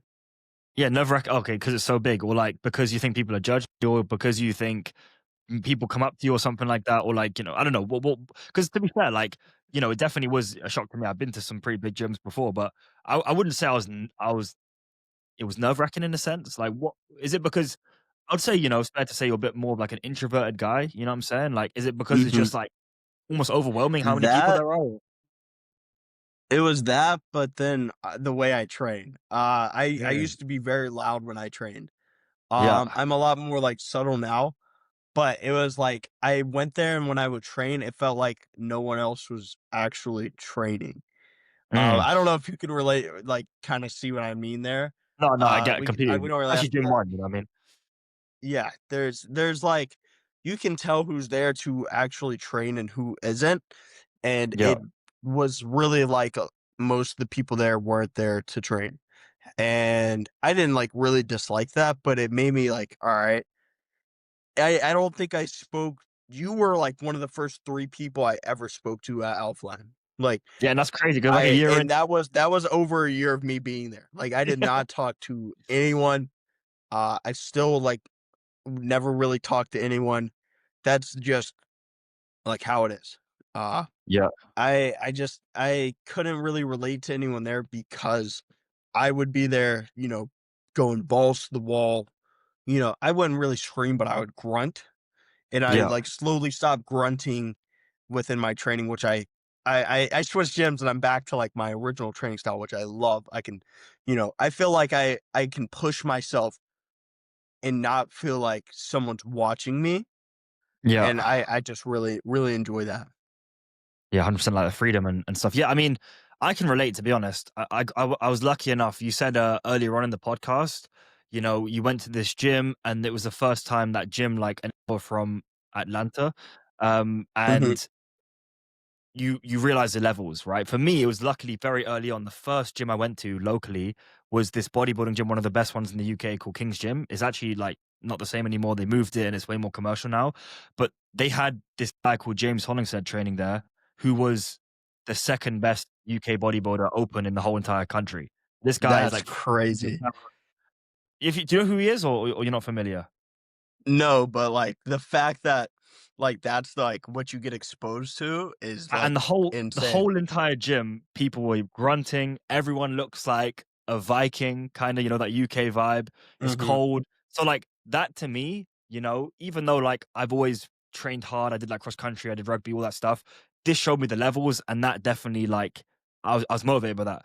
Coming to Alpha Land, I I definitely say it doesn't align with me as a person, like, obviously it's great equipment, but the actual people there, like, it's way more of like there's people that The just they're normal environment. people. Yeah, yeah, they're not like hardcore bodybuilders. Like 90% of people there, like, are just like normal people just trying to get in shape. They're not like bodybuilders, and it's very much not like a hardcore culture. So I completely get what you mean there. And like, to be fair, you know, to me, it's like, I get what you're saying. Like, you can't be free in the same way that you could be in another gym, which may be low key, more like Destination Dallas type vibe, even like an absolute recomp. You could definitely grind. You're not gonna be judged. Like, that's actually almost gonna be commended because, like, damn, that guy's going hard. You know what I mean? But in Alpha Land, Yeah. people can be like, what's wrong with this guy? You know what I'm saying? So Yeah, yeah.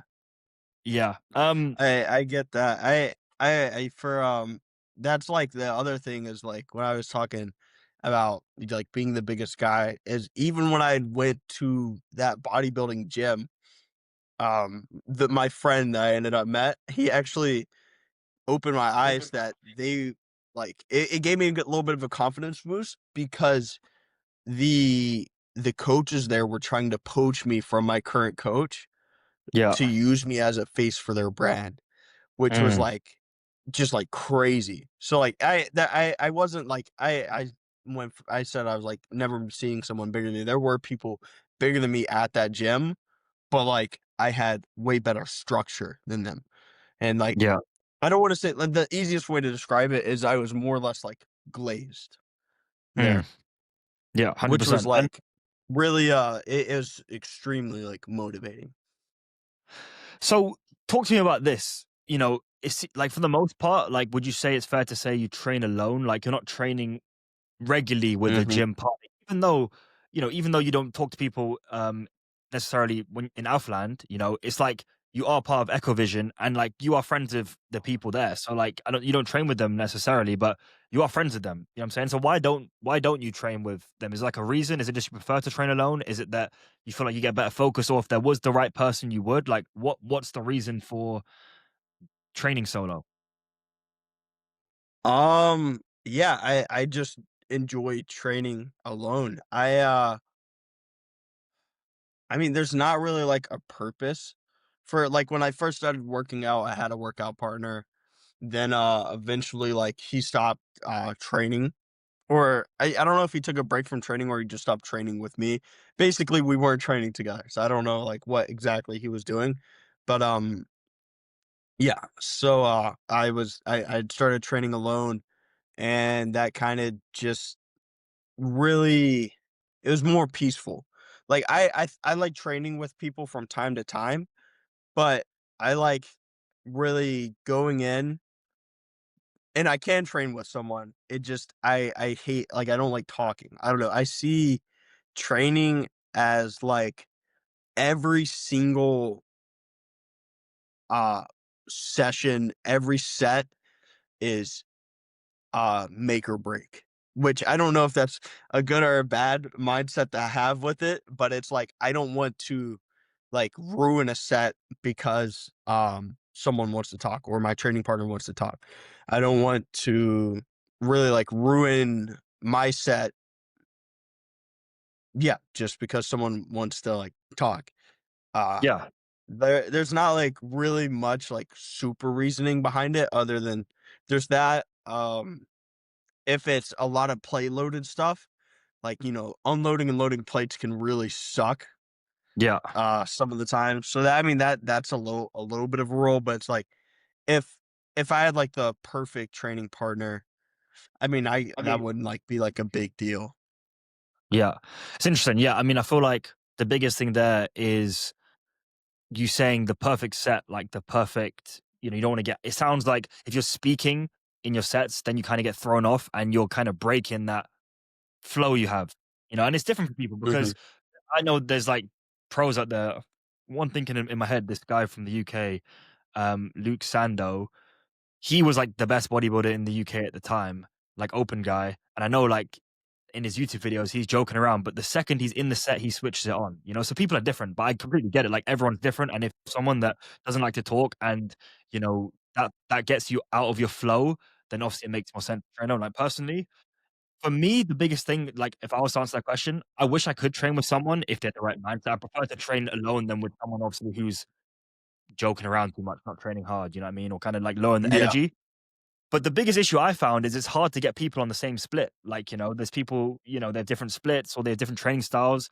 And then that could be a reason. But I think, in my opinion, I would progress more because of maybe forced reps and like even just I go as hard as I think I can alone. But I feel like there's like another level someone like me, because I'm so competitive, can get when I train with someone else. I mean, do you resonate with that, or to you it doesn't really? Yes, I do, but it's like it's hard unless like there was a really good time period back when I had like a training partner in college that we were like very similar in strength, but I was like stronger by not like a lot, but like 5 or 10%. Like I was 5 or 10% stronger. Yeah, That was like that's the perfect like we like you're right. If there's someone that has the exact same split and they're just like I personally would want to be a little bit stronger because that's gonna push me to, like, not want them to catch up. Interesting. Yeah. I feel like I I prefer someone stronger than me because then I'm actually more motivated to catch up. That's interesting. I wouldn't wanna be stronger because then I feel almost good. Is that funny? Like, yeah. that is crazy. That's a crazy, like, Because if 2 someone's sides to stronger look than at it. me, it's like also it's you know like the 4 minute mile thing where like that one guy Roger Bannister broke the 4 minute mile and everyone else broke it. Sometimes I feel like the limitations they just are on your mind. So if you're struggling with the weight, but you see someone else do it easily, you're like, bro, I can, then it's like the limits in your mind are broken more easily. Does that make sense? Or Yeah, I'm the exact opposite though. It's yeah, like if I see someone moving more weight than me and I physically cannot do it, it discourages you. it's discouraging. And it's Mm. like, why can't I? And then that makes me like want to go off on my own and get stronger than them and then come back and train with them. Like it's That's actually so interesting. That's so interesting. But yeah, I completely get what you're saying. I think just off on a side note on that, it's like you're and I relate to this a lot. We only have a certain amount of things that we can do. And to be fair, like I know for me in bodybuilding, like I have good legs, but like, my arms or like my shoulders or my back, is not like genetically, there's other guys out there that just have like way wider shoulders or something. And there's like, I get what you're saying because, but there's nothing I can do. I can't grow wider clavicles. You know what I'm saying? I yeah. can't lower insertions or on my arms. So to an extent, it's kind of frustrating how bodybuilding, like you have to play the cards you're dealt, and you get good cards, you get bad cards. Some people have obviously better than others, but in life, we only have a limited amount of things that we can do, and you want to be in a game which you have the advantage. You don't want to be in a game. Yeah. It's like an easy way to think of it is you want to be, for example, intelligence. You want to be in a room where you're smarter than everyone else because you have an advantage. In bodybuilding, you want to be in a room where you have all the same work ethic, but you have better genetics, or you want to Yeah. all this shit. You know what I'm saying? So I find that interesting because it is discouraging if no matter how hard you can't win because either like for some genetic reason, it doesn't matter. I completely resonate. I've resonated with that though. Is that Yeah. what it sounds like? Yeah. No, 100%, like 100%. I think something else that's like it's weird and like I don't know if this is even close to on topic, but I have a very like leadership mentality with it all. And Mm, I think if you're the one that people are trying to chase after, I yeah, think that's just like me. Like with it, all through going growing up, I didn't really understand it much till I got put into like a more of a leadership role with Echo. yeah, But, it was like I'd always, like, with all the tests growing up, I'd always gotten, like, the leader, like, I was always, like, supposed to be the leader, but I never led with anything, which, mm, like, I just, like, always thought that stuff was, like, scams, even in, like, church-related stuff, like, there's, spiritual gifts, I was, like, a leader, I'm supposed to be, like, a leader with that, and I don't know if that, like, also plays into a role with, like, the way I think about training and, like, strength is, like, I want to the reason I see it on the other side is I don't wanna have to chase because I wanna be the one people are chasing, which I don't know if that's, like, negative or, like, no, positive or I how don't. that's I don't think one's necessarily better than the other. I think it's just a different way of thinking. Like one thing, I don't know if this is relevant, but I was thinking my dad, he tells me a story. I was always good at cross country from a young age. Like I came like second, third in my district from like basically not training.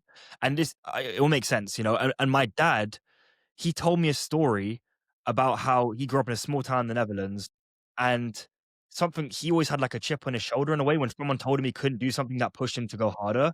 And in cross Mhm, country, guys that all trained in his town, and they had like this event for their whole year, and you have to run around the track. And so they're saying, um, Peter, maybe just stay behind these guys or something, and then like try and do the best you can. But there's no point going out, fast or something because you're not going to have to keep up with these guys. Don't try and go with them. They train. So what he did was at the beginning of the mhm, race, he ran as fast as he could out. You know what I mean? And all these guys, they're thinking they're going to catch him because they're like doing the training. He's never trained, but then just through pure will, Like he stayed, he kept that. He was so motivated they weren't going to catch up with him that pushed him over. It's kind of similar. Like if you're ahead, sometimes it's motivating that you don't want people to catch you. You like you have people on your tail and you don't want them to catch you. So I get what you mean. Um, That's yeah, awesome, by the way. That story, that's a really cool story. I yeah, like that.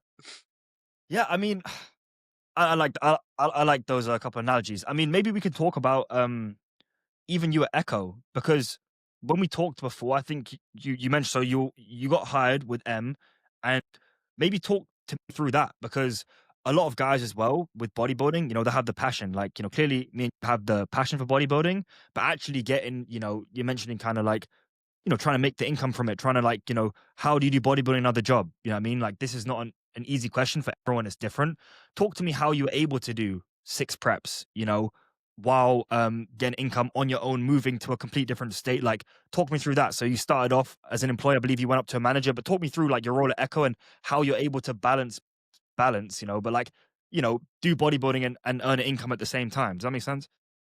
Yeah, if I'm being honest, it's hard. It is really hard because I mean, you know, I did like half of a prep with no job versus, having a part-time job for a prep and then having a full-time job for a prep. Yeah. And it's it's really hard trying to balance it because whenever I first started with Echo, I was, I think, the fourth employee ever. Okay. Um, and when I got there, I was working 7 days a week. So we were just grinding, and I think it's mostly a mindset thing that I always would say this to myself, no one's gonna do it for you. Yeah. So if you or like no one there's a saying like no one's coming to save you. That's kind of like the same thing that it's if you want something, the only way to achieve it is to work for it. So I didn't want to be broke anymore. I didn't want to be like weak. I wanted to win. Whether that was my show or whichever. I was like extremely like in the negative with my bank accounts until I first started working with Echo, where I Yeah. stopped hitting negative because I actually had like a job. And that like sprouted into me like really being surrounded by all these other individuals that were doing really well on social media, and that made me grind my social media to where I was then able to start monetizing it. And same thing with like the bodybuilding. Like I was here and I just had to more or less do it. Like there's no other, like there's no like I would say cheat code or like tip other than if you're going to make that the path that you decide to go down, Yeah. you're the one who's choosing that path. There's not like you shouldn't be looking to someone to come and help or do it for you Yeah. because with this sport, there is it's solely dependent on you getting your meals in, getting your sleep in, getting your training in, all of the stuff, like actually pushing yourself within those like spheres. So I would just say like the biggest tip I would really give people is you have to put the work in. Yeah. And a lot of the time, yeah, you can document it. That's great. But a lot of the actual work that's going to happen is going to be behind closed doors when no one's around, when no one's looking, when it's just you. At like 10 o'clock in the shower, it's you thinking of your plans and your steps of the what you're going to be doing next. That's what's really going to make like trying to balance for like my situation, prep and work. Yeah. So like very much like what I'm getting from you there is the mindset of just in bodybuilding. It's not like obviously American football or basketball where if you're a pro, you get a contract from a team and they're going to just pay you. Mhm. That doesn't work in bodybuilding. Yeah, like you can make money from shows, but the money in bodybuilding is basically not enough to live on unless Unless you're like the top. Mr. Yeah. Olympia Open bodybuilding, basically, right? Mhm. But maybe talk to me more practically. about how did it look for you? So you were the fourth person in Echovision. Were you working like, obviously, in the warehouse, and then you were athlete, and then you were working on when they like monetizing it? That's through TikTok Shop. If I'm correct, because I know Mhm. I think you spoke to me and I spoke to other guys on Echo, and they're saying how like, TikTok Shop is one of the biggest ways they blew up, right? So like you're learning how Mhm. to like, maybe plug certain clothing, shoot for them. Like talk me through practically how that worked and how you grew within Echo as an athlete and also just like working there, right? Yeah. So, fun fact with Echo is now I when I got signed, I was an athlete immediately, but they don't do, like, salary contracts. They're more commission based because of the, like, small margins that we have. So, when I was assigned, I didn't have, like, a set salary for just being an athlete. So I like you were mentioning with, like, TikTok Shop, I did have to like, that's where I ended up monetizing a lot on, was from promoting there. But yeah, for the work, whenever I had first moved, I was, doing straight manual labor from packing every single order that we got, from Echo, and it was a lot. That was literally 7 days a week. We were there were a few times when we first started to where it was really short, to where we'd come in at 8 o'clock, and this was before TikTok Shop, and be done by 10. So Yeah. it was like you had the full day. And, TikTok Shop launched after my first show, and I came back, and originally TikTok had a 200 order limit for new businesses. Yeah. So, we our orders skyrocketed 200 instantly. Like, TikTok Shop was blowing up, Echo. So then we were there for a little bit longer, like an hour, and, like a couple hours later, so our orders jumped by 200 on average. We made a second account. So we actually had 2 accounts for Echo that we had, like, business accounts. So we could now have 400 orders. Okay. Yeah. And that, like, jumped it up a little bit more. So now we were there from, like, uh, like 9:30, 8:30 to, like, 12. Eventually, after there was, like, a threshold. After you had, like, 200 orders every day for, like, a week, your limit got raised, and it went from 200 to infinite. And that skyrocketed our orders to, thousands. So we then went from, 9:30, 8:30 to 12 to like 8 to like 6, 7 days a week, just grinding. That we started bringing in more employees, Yeah. with like just expanding, and that just kept going. And that was legitimately for like I was like, a big role. I was like a leader manager within it. After we brought in more people like look to me for like help, but also the other guys like Noah and Tristan. Like they were both like we were all in there doing the manual labor. Then eventually Noah, he was moved to the where I am now, like the manager. He like oversaw everything. He didn't have to really do as much of the manual. He was more because we had more employees, so a lot more had to be delegated back end wise. Yeah. Then you fast forward like 6, maybe not even 6 months, but like 6 months. Then Tristan ended up actually delegated because before this, I was also like one of the first 8 athletes to ever join Echo. So we were like not like small, but like small. Yeah. And then by that time we'd had a little over like 20 athletes, and Tristan had became the athlete manager. So he ended up starting there, and then that like kind of dialed back his work in the warehouse, and he was more on like product development and athlete managing. Then you roll around, you know we could just more or less fast forward. Like I was still like in the warehouse manually working. It wasn't until I want to say last year. So for 8 months straight, I was working seven days a week. 8 to 6, just grinding. 70 hours. Eventually, Yeah. we switched to 9 to 5 or 8:30 to 5, Yeah. and then from there, I like was still just in the warehouse working. I ended up switching to 6 days a week, just so that way I could go to church and stuff.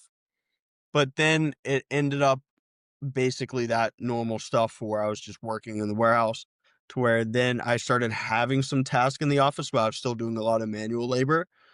And then it wasn't until March of this year to where I don't really do any manual labor anymore. I only do managing, which is pretty sweet. So that's kind of how that like dialed up over time. Over Yeah. like the past like 2 years, I went from essentially the first year and a half manual labor to where I'm just now like at the point to where I'm only helping with operations because we've scaled now to the point to where my time and like knowledge and efforts and my abilities can be more useful, whenever I can take on more because I can now have what I would normally do myself. I could have like two people go and do so that way we can do multiple things at a time instead of me trying to do the one and then it not being able to get another thing done because I was trying to do that. So Yeah. that's more or less where like the like leadership like came into mind. It's like actually being put into like a leader spot to where now I'm having to direct people. So So what is like, so obviously I get it, manual labor is like packing the boxes, like, filling orders, like maybe like putting like shipping them, etc.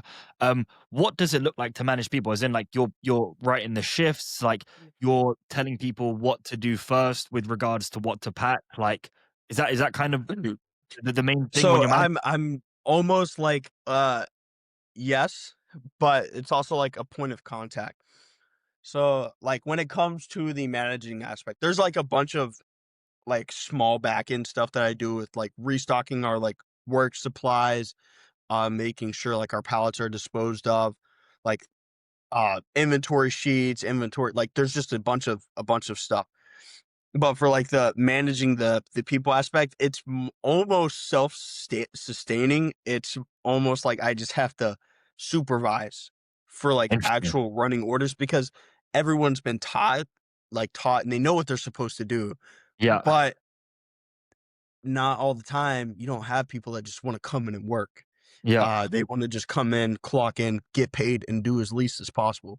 So Yeah. I kinda have to, like, make sure that we're just trying to stay as efficient as possible within that time period. So that's, like, one of the things is, like, just really trying to stay on top of people because at the end of the day, like, they're doing what I was once doing, Yeah. but back then, it was if we didn't fulfill these orders they don't really have this mindset because for one, if we don't fulfill these orders, You're not I getting made that sell on TikTok, right? So I okay, don't yeah. get the commission for it. That's less money I make. We don't fulfill these orders. That means I'm not getting my job done. M could kick me out and send me back to Georgia. I have no job. I have nothing. Everything's gone. Yeah. So it's like they don't really have to have that worry because if they lose their job, they already live out here. You know, it's whatever. It's another job. Whoop de doo. They don't Interesting. fulfill these orders, it has no backlash on them. Yeah. So it's like it's literally like a job, Yeah. and like there's just like all these different ways to view it. So it's like I like move them around for like the organization of the warehouse and where like new stuff goes. I like handle all of that. Receiving like all of our shipments because we started working with Amazon. I also have to help like get all those loaded up, packaged, and making sure they get out in like a timely manner, in a correct manner, because if anything's wrong there, they will just throw it away, Yeah. which sucks. Yeah. No, But that's it is more just you could almost just call it supervising, yeah. uh, because there's not much like I really have to like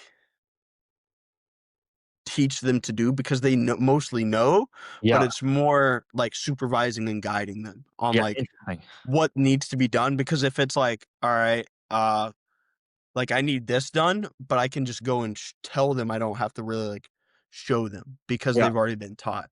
Yeah, no, exactly. I think a couple of things I got from there. Obviously, as a business owner, from a business owner's mindset, you want people like you who like the way you're viewing it is very much like, yes, this is not your company, but you're viewing it like the same way with the stakes, because for you, Mhm, you don't get this done. Not only do you not get paid, but like you don't want to go back to Georgia. There's like a fire underneath you to like make sure mhm. it's done to the highest quality. But completely, if these people they can just live with their parents, they can just they're already here. They got nothing to lose. But that might that you want people to have that incentive to do things at the highest level to make sure things are going as well as possible. You don't want people. And then the other thing I'm getting from that is this is the beauty sometimes, whatever job you're doing, people obviously, lots of people that are going to be graduating college around their age right now, they're going to start at the bottom of whatever job they go into. And it's like, well, actually, once you do that, you understand the basics. And a lot of jobs, they stack on top of each other. So, for example, if you're packing the orders, you understand how to do it. Now you have the standard operating procedure. You understand how long it takes. You understand like the quality needs to be done to. You can look for the mistakes because you've made them all. And now Mhm. your skill can be leveled up. You can do the higher position. You can manage other people because you know it. You can't just jump into a manager position from day one because you don't even know like Nope. quickly it's meant to Yeah. be done. So I think there's a couple of things there that are pretty cool. I mean, from being in a business like that, seeing it grown from like grassroots, so to speak, what would you say the biggest things you've learned are from a business perspective? I mean, I read this book, Shoe Dog by Phil Knight, which is, Nike's story on how they went from nothing to Mhm. something. Like he was literally just like almost reselling shoes from Japan to start off with, right? And like now it's one of the biggest companies in the world. And I feel like I read that book, I really liked it, but to see like a company in person and just like even this cool backstory. I went to my old college, UC Santa Barbara, and when I came to the warehouse and you gave me like that beater, Yeah. some guy was wearing an Echovision thing in my old college in California, and he came up to me. He's like, "Oh, like no, sorry." I went up to him and I said, how comes you're wearing Echovision? He said he saw it on TikTok Shop, and I was just like, it's just such a small world, you know what I mean? But Yeah. it's to see it grow from nothing to like people in California. There's college kids wearing that in their gyms, knowing about Echovision, etc. What's that been like? What have you learned from the business perspective on scaling from nothing to something? Wow. All right. I've learned like so much. Like I can't like really pinpoint it, but the one thing I think that really stands out to me is if I were to start my own supplement company, I would say M is the golden standard for like what a business owner should do. Mm, For one, uh it's like good product. Everyone knows this. Like if you actually have something that's good, it's gonna sell. yeah. If you know that, you should be the one that's most confident in it if you're the maker. And that's something I've learned so much from him is that like I was talking earlier about like, uh like no one's gonna do it for you, almost like that mindset and like really giving it your all. That even applies to the market. Like I would say I've learned that like you have to really push yourself from like the content side of things to expect it to grow. Yeah. Uh I mean there's like just it's crazy just watching how he works on like a daily basis and like just seeing how much time and effort he really puts into everything. When you say the gold standard, like, are there any qualities about maybe how he leads people, about how he, um, you know, assigns different roles, talks about like the vision for the company? Are there any things that you're like, wow, like he does that really well, and like I want to take that and apply it to whatever I'm doing? I think it's I think it's his character. Yeah, It's like something is like him and his brother. Like I was so broke when I moved here. I yeah, I'm thinking of it like this. Like I came out here when I met him, nobody. Like I literally had. I think by the time I said I had around like 3,000 followers. yeah, Literal nobody. He had no reason for like at all to offer that to me, and he did. He didn't just offer it to me, he helped me. He his brother like I moved out here in the negative. Like literally my dad gave me like $50 cash. That's the money I used for gas to make it out to Texas. Was the cash my dad gave me. yeah. Um his brother literally I was having to shower. I was so blessed that, Yeah. he had covered my housing. If he didn't, I wouldn't have been able to make it out here. Yeah. But his brother literally bought me, uh, what do you call it? Like, like a shower Okay. curtain. Yeah. Yeah. Like, he was literally there helping me, like, with groceries and stuff because I couldn't afford it. Um, and that's, like, just been so, like, even apparent to today and, like, how he doesn't have to do a lot of the things that he's done for me, Yeah. and he still does it. Like, Yeah. I think his character and really just, like, treating people correctly is has just gotten him so far. I think that's, like, the big like, he has a crazy work ethic, Yeah. but his character, I think, is really what stands out the most to me. Yeah. I think something that I think of when you're saying that is there's like a quote or something, which is you can tell a lot about someone by how they treat someone who has nothing to give them. And although that's not the case for you, because you did have something to give them. You had like the work, the physique, potential, etc. It's more like even in that case, it's like how you treat people when they are, they're on the come up. They're like not potential, but that's what they have right now. They don't actually have, maybe the money or like the success yet, right? And it's like him giving you the opportunity. Well, clearly it's been a good investment, and he had that vision because Yeah. yeah, you know what I'm saying? Now you have someone, and like yeah, but like what's it's like you can't expect people to have loyalty without investing in them and you know um clearly he invested in you, and that means a lot to people, you know what I mean? Because Mhm. you don't wanna have someone see the potential in them and, help them out, you know, when they're on the come up, right? Um, but look, it sounds like, there's a lot you've learned, and that's honestly really cool to hear because I think the best thing from a young age, if you're working on your own or you're working somewhere, I feel like the best thing is if you can work somewhere that has good practices, has good people, because if you can see that, I mean, the argument against it is, okay, if you see somewhere that's shit, you can see what not to do, but you wanna see what to do, and then if you have that ingrained in you from a young age, then you can apply that and, that's gonna compound as you grow up, so I think that's really cool to hear. Maybe a couple more things then, just let's talk about the actual specifics of what you've learned, maybe bodybuilding, cardio, diet, you know what I mean, like etc. steps. You know what I mean? Like, what have you actually learned in those things over the time about yourself? Because I think one thing about you, you do like a lot of steps, if I'm correct, right? Um, Within preps, yeah. And you're not doing too much direct cardio. Only because I don't have a lot of time right now. I get around like 10 to 15 on like a normal day though. Yeah, so a decent amount. And then, look, one thing about you that I've heard, like, I see you in the gym and, you'll be in prep and you're like on like minimal calories. So that's Mhm. something that maybe you've learned about yourself. Like, you just have to cut on like low calories. Maybe talk to me about what you've learned about your body, what you've learned about training over time, and like how you best respond. So for like the diet and all of that, I actually hate it. I hate low calories. I mean, who wouldn't, Yeah. obviously, but like that's just kind of how Joel really takes it with me. But it's what works. Like if we think about it, like yeah, I have a decent amount of muscle.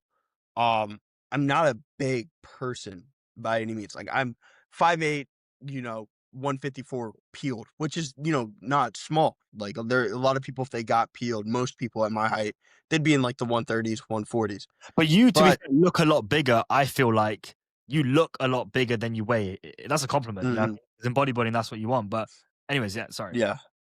But I think like that just means that my calorie expenditure isn't high, so I have to do those low calories, which is good to know because if you don't have a good gauge on what your actual, you know, what is it, TDEE, your total daily energy expenditure is, if you don't have a good idea on that, then you're gonna pick a certain amount of calories because you Googled it, and then you're not gonna lose the weight in a quick enough manner.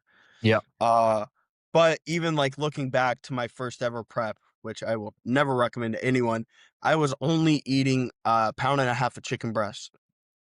No and I carbs. was No running carbs. on the Stairmaster. Yeah, I did that for like 7 weeks, 8 weeks. Lost so much weight really quick. I got pretty lean, but I like even when I think back to that and like thinking on being low calories, like I even would did that to myself. Uh I think like that's something I've learned about a lot about even like in these recent preps is just how much the micronutrients really matter with how you feel. Yeah. And I've tried like high fat, uh moderate protein, low carb diets. I've tried high carb, low fat, moderate protein. I've tried everything. Like right now, I'm about to go into like a high protein, low fat, moderate carb to see how my body reacts. But like what I found is for my brain to function the best and the like pretty good gym performance is like a moderate protein with high carb and low fat. So I would say like something I've learned is that everyone's body is different Yeah. from like mine to yours to like even seeing like Issa when she does like her preps and what she wants to eat is that's something I've really learned on is like nutrition is like 90% of everything. Like I think sleep is extremely, extremely important and a good night's rest is gonna really do a lot for you.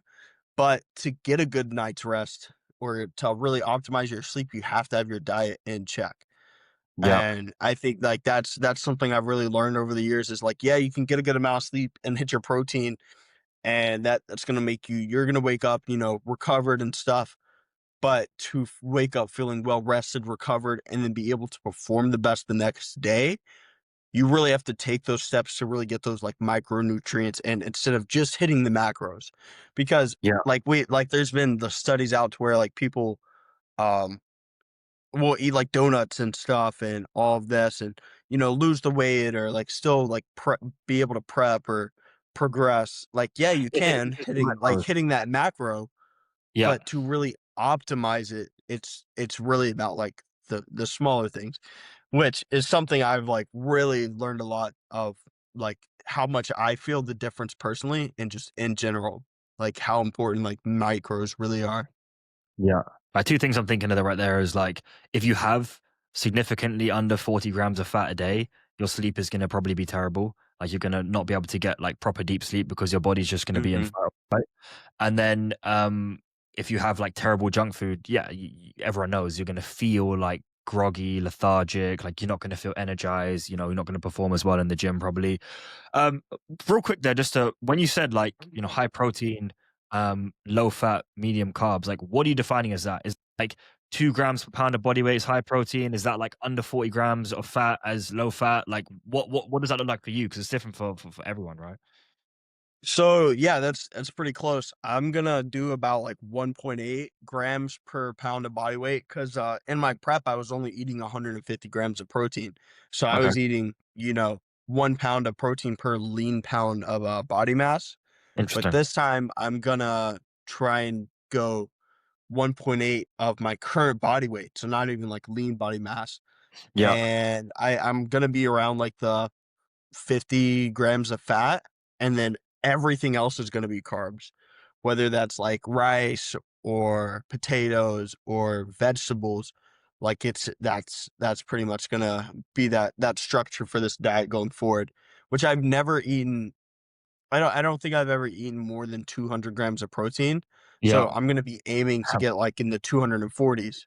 yeah, yeah. Go get those. Yeah, fair enough. So it's gonna be interesting. I'm super curious, just because I've seen a bunch of studies have been coming out, and I've been hearing a lot of people talk about it. That like some people are advocating for 0.8 grams of protein per lean pound of body mass, Yeah.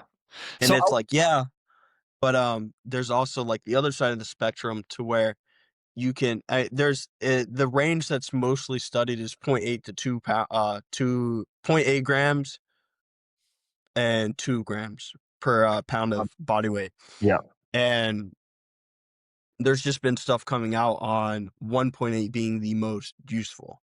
Yeah. And it's like, well, everyone's body's different. So someone could be good on point 0.8, but they're just listening to their friend is also doing it with them, and they're listening to their study and they're not really getting the best out of it. But since their friend is, they're like, well, if he's getting the best results, then that means it has to work for me too.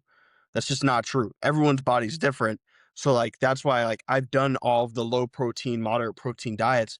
Something I've never done is really pushed the protein to the next level. So Yeah. I'm very excited, like very happy to like try this out and see if it like works or if staying at moderate protein's like a good idea for me.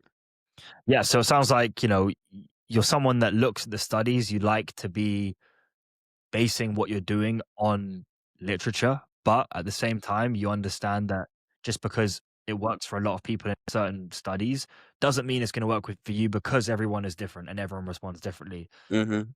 I think, an analogy which isn't relevant as you are natural, but is, you know, for the enhanced lifters, it becomes, very all these arguments because there's all these studies that are done on natural lifters who are not professional bodybuilders, who are not lifting the weight, not taking the drug. Mhm. And so there's these arguments basically saying, well, it could work for these natural lifters who are nowhere near as trained as I am, but the studies don't apply to me and anecdotal stuff is way more important because, if they're enhanced and you know what I'm saying? Like it gets more murky. Yeah.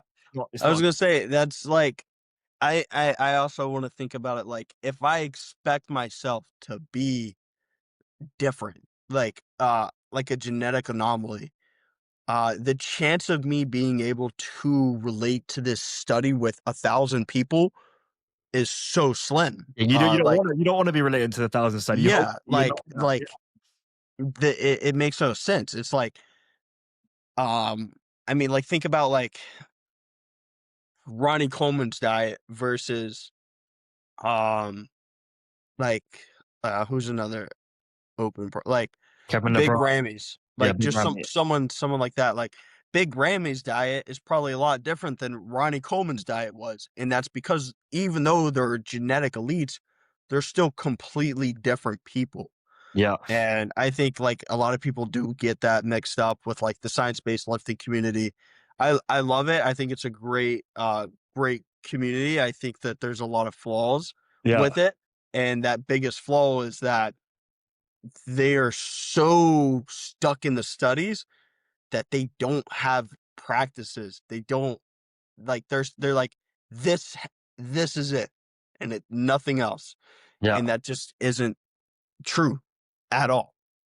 Do you would you say, or what's your opinion, so to speak, of the science-based lifting community? I feel like from my perspective, a lot of the people in Echo Vision obviously are very much on the bandwagon, like they're very ride or die with that kind of thought. But it also gets a ton of hate because, you know, there's a lot of people that when they start looking at studies, they're like, telling people how to and how not to train, and they think they're this authority, but they haven't. I mean, you've got probably way more progress than almost all science-based lifters, right? But what's your perspective as someone that does do science-based lifting, but is not like way smaller or like the size of the average? Yeah, I know what you mean. Like I've actually like, tried and failed. Like I've Yeah, done trial and error. I'm not someone that's been lifting for a year and they started training correctly and hit their newbie gains. I've already done that. So I I think science-based lifting is like I said, I think it's awesome. I think doing all of these super hyper fixated movements is great if you're an Olympian and you need to really do these super micro focused exercises because you need to bring up that micro focus spot. yeah, I think, like I was saying, it's a lot of people don't need to do that. I think you should just be training for fun and trying out to see what works for you because the length of my arm is going to be a lot different than like the length of your arm. And like this length is going to be different. There's all of these little things with training that, yeah, all right, maybe a fly is better than a press for this person. But for this person, the leverages, it's not. It's not ideal. Like they might have like shoulder issues. Like there's a lot of like stuff that comes into play. And I think that the biggest issue with the science-based community is practice. They don't really practice as much just because they're more focused on what the study says. Yeah. I think did I answer that right? I'm not Practice. Practice, you mean because one I don't know what you meant by practice there. Do you mean like how many sets they're doing in a session, or how much, how they're actually like getting better at doing particular movements because they're just trying to do the least amount possible, so they're not even getting the reps to actually get more skilled in different movements? Or what do you mean by when they're not putting in the practice? practice is like how you've probably tried out multiple different splits and you found the split that works best for you. Okay. Like they don't try different splits because they say this split's the They best. haven't experimented and found for themselves. They've only looked at stuff. Yeah, Yeah. yeah. Interesting. Well, yeah, I don't want to go off on a tangent on the science based thing. The only thing that, from my perspective, it's just I don't like the mentality, and you definitely don't have this, but the people that will just say the science base, but I feel like they're just trying to avoid doing the hard things. Like I these, agree. you I understand what I'm agree. saying? Like they Yep. won't squat, or they won't do like, and even the Smith squat, they won't do heavy compounds. And I see these Mhm. guys in the alpha line doing like these Keenan flaps, bro. I don't know if you do them, bro. It just looks ridiculous to me. Like maybe that works. I don't know. But like I see the most ridiculous things at alpha line. And that also makes me think, bro, I want to go to another gym because this does not motivate me. I'm like, Mhm. oh my God, bro. Let's No, go. I think that I think the Keenan flap is a great exercise for like a newer gym goer or maybe even like a top Olympian. There's just a couple flaws with it. Because if you think about it, like the Keenan flap, all it is this motion. Yeah. If you grab a D handle, you're doing the same thing. It's just the point of where the like Yeah. tension Yeah. is here. So you're eliminating all this, which is cool. Yeah. But whenever, you could do like 60 pounds to do it when you're grabbing something. Yeah. You can do a lot more. If you hook it to here, you can lift substantially more weight, that's why I think it's a little flawed, is because there's no reason for me to load up 800 pounds on a Keenan flap to be able to push myself to failure with like 8 reps. Yeah. You can load so much more weight, which is cool, but that is so bad on your joints and the long term side of things. So that's another point I would say with science based lifting is they're so focused on low reps that the reason I think I increased my rep. I was doing 6 to 9 reps. I bumped it to about 7 to 9, 7 to 10 Yeah. because whenever you do like slightly lighter weight for a little bit more reps, your chance of ego lifting and like, uh, getting like lower reps is lower. The amount of weight you can use is also lower. So it's better on your tendons and the chance of you like losing your form from trying to lift such heavy weight is also lower. So every single aspect of just increasing the rep range a little bit is smart. Yeah. And I think that they're so hyper fixated on loading a specific joint so heavy so that way they can push themselves and do like 6 reps, which I think is, great that they're pushing themselves to do that much weight, but it's not sustainable for a long time frame, especially if they want to stay like natural. I can just see it being science-based lifting in that realm where they're loading so much weight on these small single joint exercises to where they're just gonna destroy their joints and tendons in Yeah. like 5 years.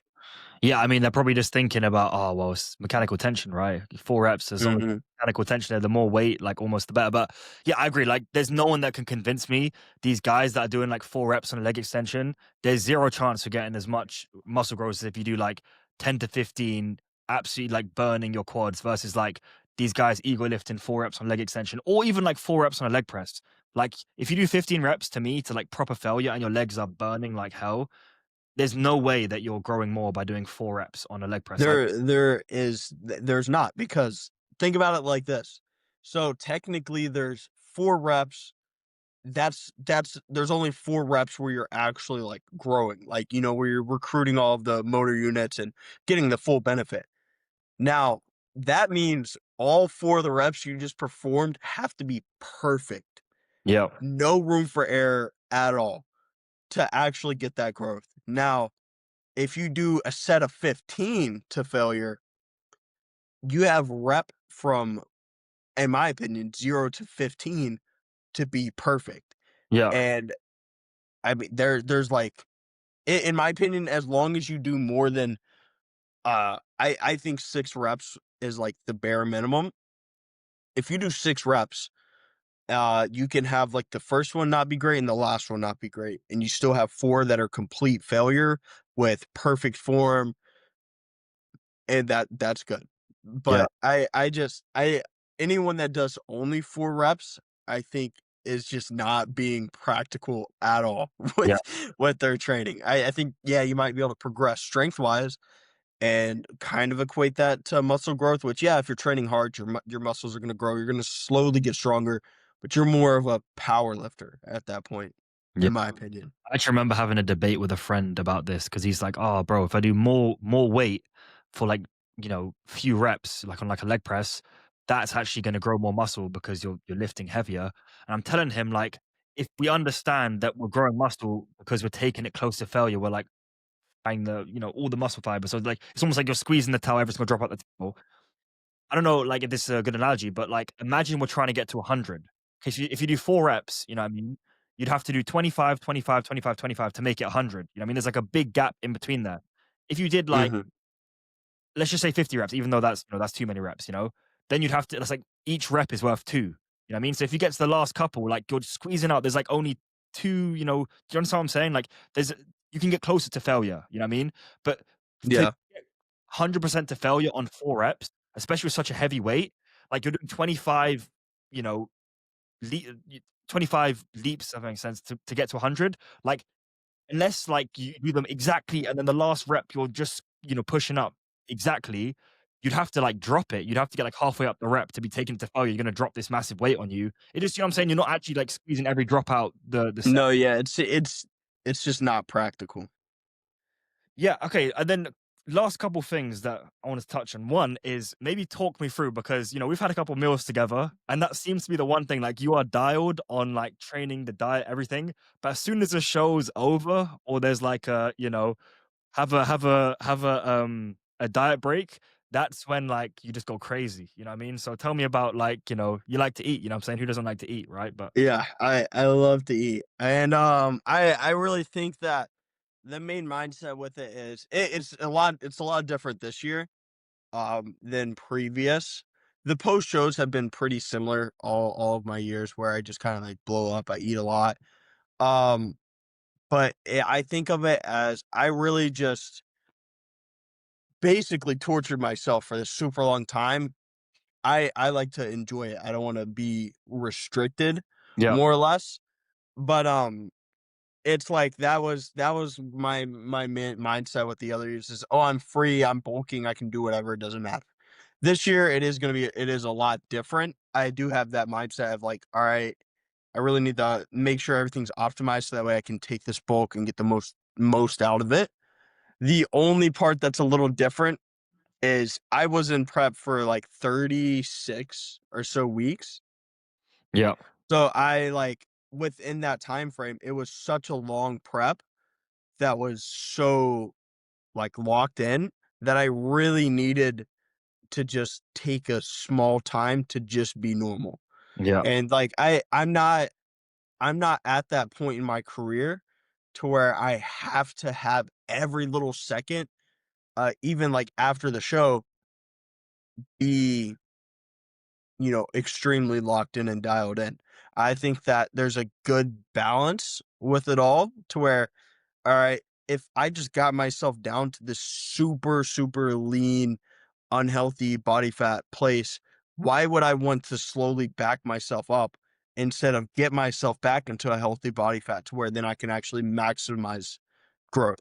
That's my initial like thought process with it is that anyone that's truly gotten peeled and they're like in the 5%, I think that you need to immediately put like 4% body fat on, yeah, 3% body fat to get all of these normal functions back so that way you can actually get your testosterone back raised instead of like trying to go through this small, slight phase. I do think like um just for like overall diet balance out of prep, this will definitely be a really good year because that there should be a lot more restriction within the off season to make sure you're not putting on like too much body fat and being able to like progress in the best ways possible. Yeah. I mean, like, obviously, I 100% agree that if you're actually that lean, like post show, it doesn't help to like eke your way up because your body is just in like a fight or flight state. So you need to get back to your Hmm. body fat set point. That's different for everyone. Some people, there's body fat set points higher than others. Like, the extreme example is for women, you could see some girls can get really lean and they don't lose their period, but other girls, they'll just cut for like a tiny bit and their period goes, which means their body fat set point is probably quite high. They need to be at a pretty high Hmm. body fat for their body to be functioning normally. And men don't have that, but at the same time, like if you're completely like at 5% body fat, like you're not going to be putting on muscle, your sleep's going to be terrible, all of that. So obviously I agree. What's changed for you now going forward where like, you're thinking, okay, like obviously I want to get the body fat up, but I'm just not going to go crazy post show. You know what I mean? Or like you kind of, Um, I mean, I think there's like a lot of different reasons. Like for one, like this is the first time I'm actually taking a long off season to where it's not like I'm competing again next year. I won't compete again till 2027, so it's going to be a while. a whole year off. There's that.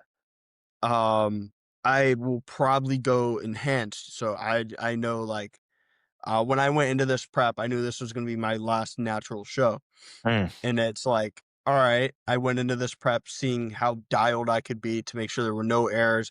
So that way when I do go enhanced, like if I can't like be super dialed, because I feel like everyone might not admit to it, but everyone definitely has like some small cheats within their preps, even if it's like a jello cup or something that they're not supposed to have. Like that was me in like previous preps. I wanted this prep to be so locked in to where there's no room for error, so that way I knew when I went enhanced, I could do it. There's that, and it's like if I'm going into an off season enhanced, like I need to take the off season as seriously as possible because that's how it is. I'm also one to like push this to that next level, and to do that, to be a next level athlete, you need to be on top of that even in the off season. So I'd say there's like a lot of roles, and then obviously like eating poorly isn't like the greatest for your health. yeah. And I was talking about like micronutrient importance, and that's something like in my previous books I have not cared about at all. And I just know I could really optimize life and how I feel on a day-to-day basis and getting my work done if I have hit all those other markers. Yeah. So 100%. I'm I like, think there's a lot of things.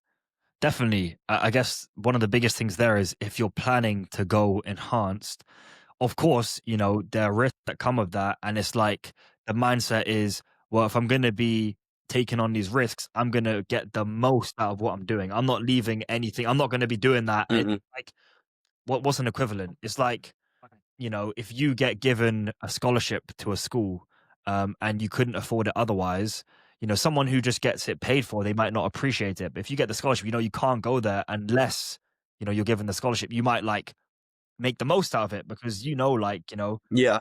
exactly. Maybe talk me through briefly. Obviously, maybe we have to do a whole other podcast on this because I'm sure that's a whole mindset thing behind that. But maybe just before we close, we can talk about, I feel like most of this podcast we talked about, your backstory, like how you've come to where you're at, like some things you've learned along the way. And we can have a whole other podcast on, plans in the future, like, things going forward, etc. But maybe we could touch on briefly then what made you think that? You've done 6 natural shows, so that's more than, a ton of people. You've built up a great base, so obviously that makes sense. But what makes you want to go to that next step? You know what I mean? Is it you feel like you hit your natural ceiling? Is it that just you wanna, progress more because progress slows down? Is it that you see yourself obviously wanting to reach a certain level? What is it that is the future plans and what is behind that decision in short? So yeah, to put it simple, I mean I've wanted to hop on for the past few years, but There was always something small that went wrong with, like, preps to where I, like, kinda pushed it off, and, uh, I, uh I'm very confident in how far I can take bodybuilding, and I just feel ready to. And the only way to really take it to the next level is to is with PEDs. And that's just something that I think is like ready to happen. So yeah, just in short, I just kind of like it's always been something I've wanted to do. I just didn't know when, and now is that time for when. Yeah, because you feel like you've also maybe like reached. I mean, again, people say, "Oh, your 90 potential is like when you're 30 or something." I don't know. You know, people have all these debates, but you've done like you've competed enough. Like the progress is gonna be slow from here on out. And like for me, for example, I get the mindset where like when you love something so much, you want to progress at it. You know, what I mean, I don't know if like Mhm, you play games. Like I played. I mean, this is kind of off topic, you know, but I never had an Xbox or PS4 or whatever like that, or like even like played computer games because when I was younger, I had like a DS and I played like Clash of Clans. And whenever I play a game, if anyone who knows me, I'm so competitive that I just don't stop. So if I started that yeah, on top of doing sports, I wouldn't be doing anything else. I'll just be like playing these games all day because like I literally cannot stop. You know what I mean? But in that, mhm. I literally remember when I was younger in Clash of Clans. You know that game? You ever played it or no? Yeah, I used to be very, very big into Clash of Clans, Well, in look, short. we have some similarities there, and I'll say it, I gemmed, you know what I mean? Why did I gem? Because I'm playing this game so much, I'm trying to get the most out of what I'm doing, right? I'm trying to maximize. Mhm. I don't care about having the pride of like, "Oh, well, I'm not a gemmer though." Like, no, I just wanna be the best, right? So, at a certain point, I don't know if that's, like, similar in the mindset to where you're at right now, but yeah, you know what I mean? It's like, I love this thing, and I wanna progress it as far as possible. That kinda sounds like where your mindset. Yeah. No, I do not think whatsoever I hit my natty potential though. Yeah, I think that I could continue to progress at a very, very like good crazy rate and have giant differences in like each year as a natural lifter, but that's just not what I like. Whenever I set out my goals for natural bodybuilding, I've completed them all. Um I completed them last year when I did the Yorton. I wanted to do their biggest show. I wanted to win it. It's not ideal to win it unless I'm like 30. I think I could probably win it in like 4 years, 5 years, but that's not something I cared like I don't whenever I think back to what when I was sitting in the parking lot with my friend talking about like our goals and what we want to do with bodybuilding, being a high level natural pro, and that was not the goal. The yeah, Olympia is the goal, you yeah, know, winning the Arnold is the goal. Like those are the goals. And I already set out all those goals for natural bodybuilding and I've done them. I'm just like, I'm confident and ready to like take that next step. 100%. So maybe the last thing we could touch on then is, what's the goals then? You know, is there like, the next, is there a certain time you want to turn IFBB Pro by? Or is it more just like that's a goal and like you'll hit it when you hit it? There's not like a time frame. So, yeah, I don't really have a set timeline for when I want to turn IFBB pro. My next current goal, like in line for what I'll do next, is I want to be 175 on stage, which is 25 pounds up in a uh by 2027 end of 2027 when I step on stage again, which is Significant. crazy. It's gonna be extremely hard, and I genuinely am gonna like I don't want to blast either. I'm just gonna like push my limits with everything else and just let God take the wheel with it. If I get there, I get there. If I don't, I don't. But yeah, the goal is I do want to be like an Olympian. I want to be the Mr. Olympia. I want to win the Arnold. I want to be the guy that resets how bodybuilding is viewed. Like I've made videos on my own pages about this is like we have so many one and done people nowadays. I don't like that. I I want to be the guy, the Olympian that actually goes to 5, maybe not 5 shows a year, but like goes and does more than 1, 2 shows a year. Yeah. I don't wanna be a guy that, like, just goes in the off season and comes out. I wanna actually, like, win and then keep winning and set the standard for more people to actually go out there and just be remembered, in the sport as, you know, obviously not like like a pro with the most wins, but like a pro that even though he had already won the show, he still went and did a small show Yeah. just to do it. Like that's something like I really want to do is I want to reset that standard and almost like at the end of the day, my goal is to bring a lot of people to Christ with like that with like my faith. Like that's the most important thing. And I think if I can be a light within the sport that he will use me in the sport to be a light for hundreds, thousands, even millions of other people. Yeah, 100%. It's like, so two things there. Like, you're looking to compete almost like these guys in the 80s. I think I remember like Milos doing like tons of shows. So, like, Yeah. that mindset. And also, yeah, like, is that, do you take inspiration from a guy like Derek Lunsford, who, like, I think, I don't know if, I love what he did this year, where he yeah, did like I think it was what 3 or 4 shows. three, yeah, I love that. I don't know if he will continue to do that or if it yeah, was just for this year because he wanted to be the first person to win those 3 shows. yeah, yeah, Like I don't care about winning like oh these 3 tier shows is like the only person to ever do it. I just want to actually be a champion that competes and not like a show horse that comes out once a year. yeah, 100%. Well, look, bro, I think it's been a great podcast. I'm excited for, you know, what's to come and the progress. And yeah, bro, it's been a pleasure. Is there anyone watching? Where can they find you? How can they reach out? Um, yeah, drop what you need to drop. Yeah, if y'all wanna DM me on Instagram, it's Nate Bennett _99. And I think my TikTok is the same thing, except it's 009. I'm not super sure, but either of those, if you wanna go say what's up. Awesome. Well, it's been great speaking with you, brother. And I'll speak with you guys, or the people listening. I'll see you guys in the next podcast. Peace.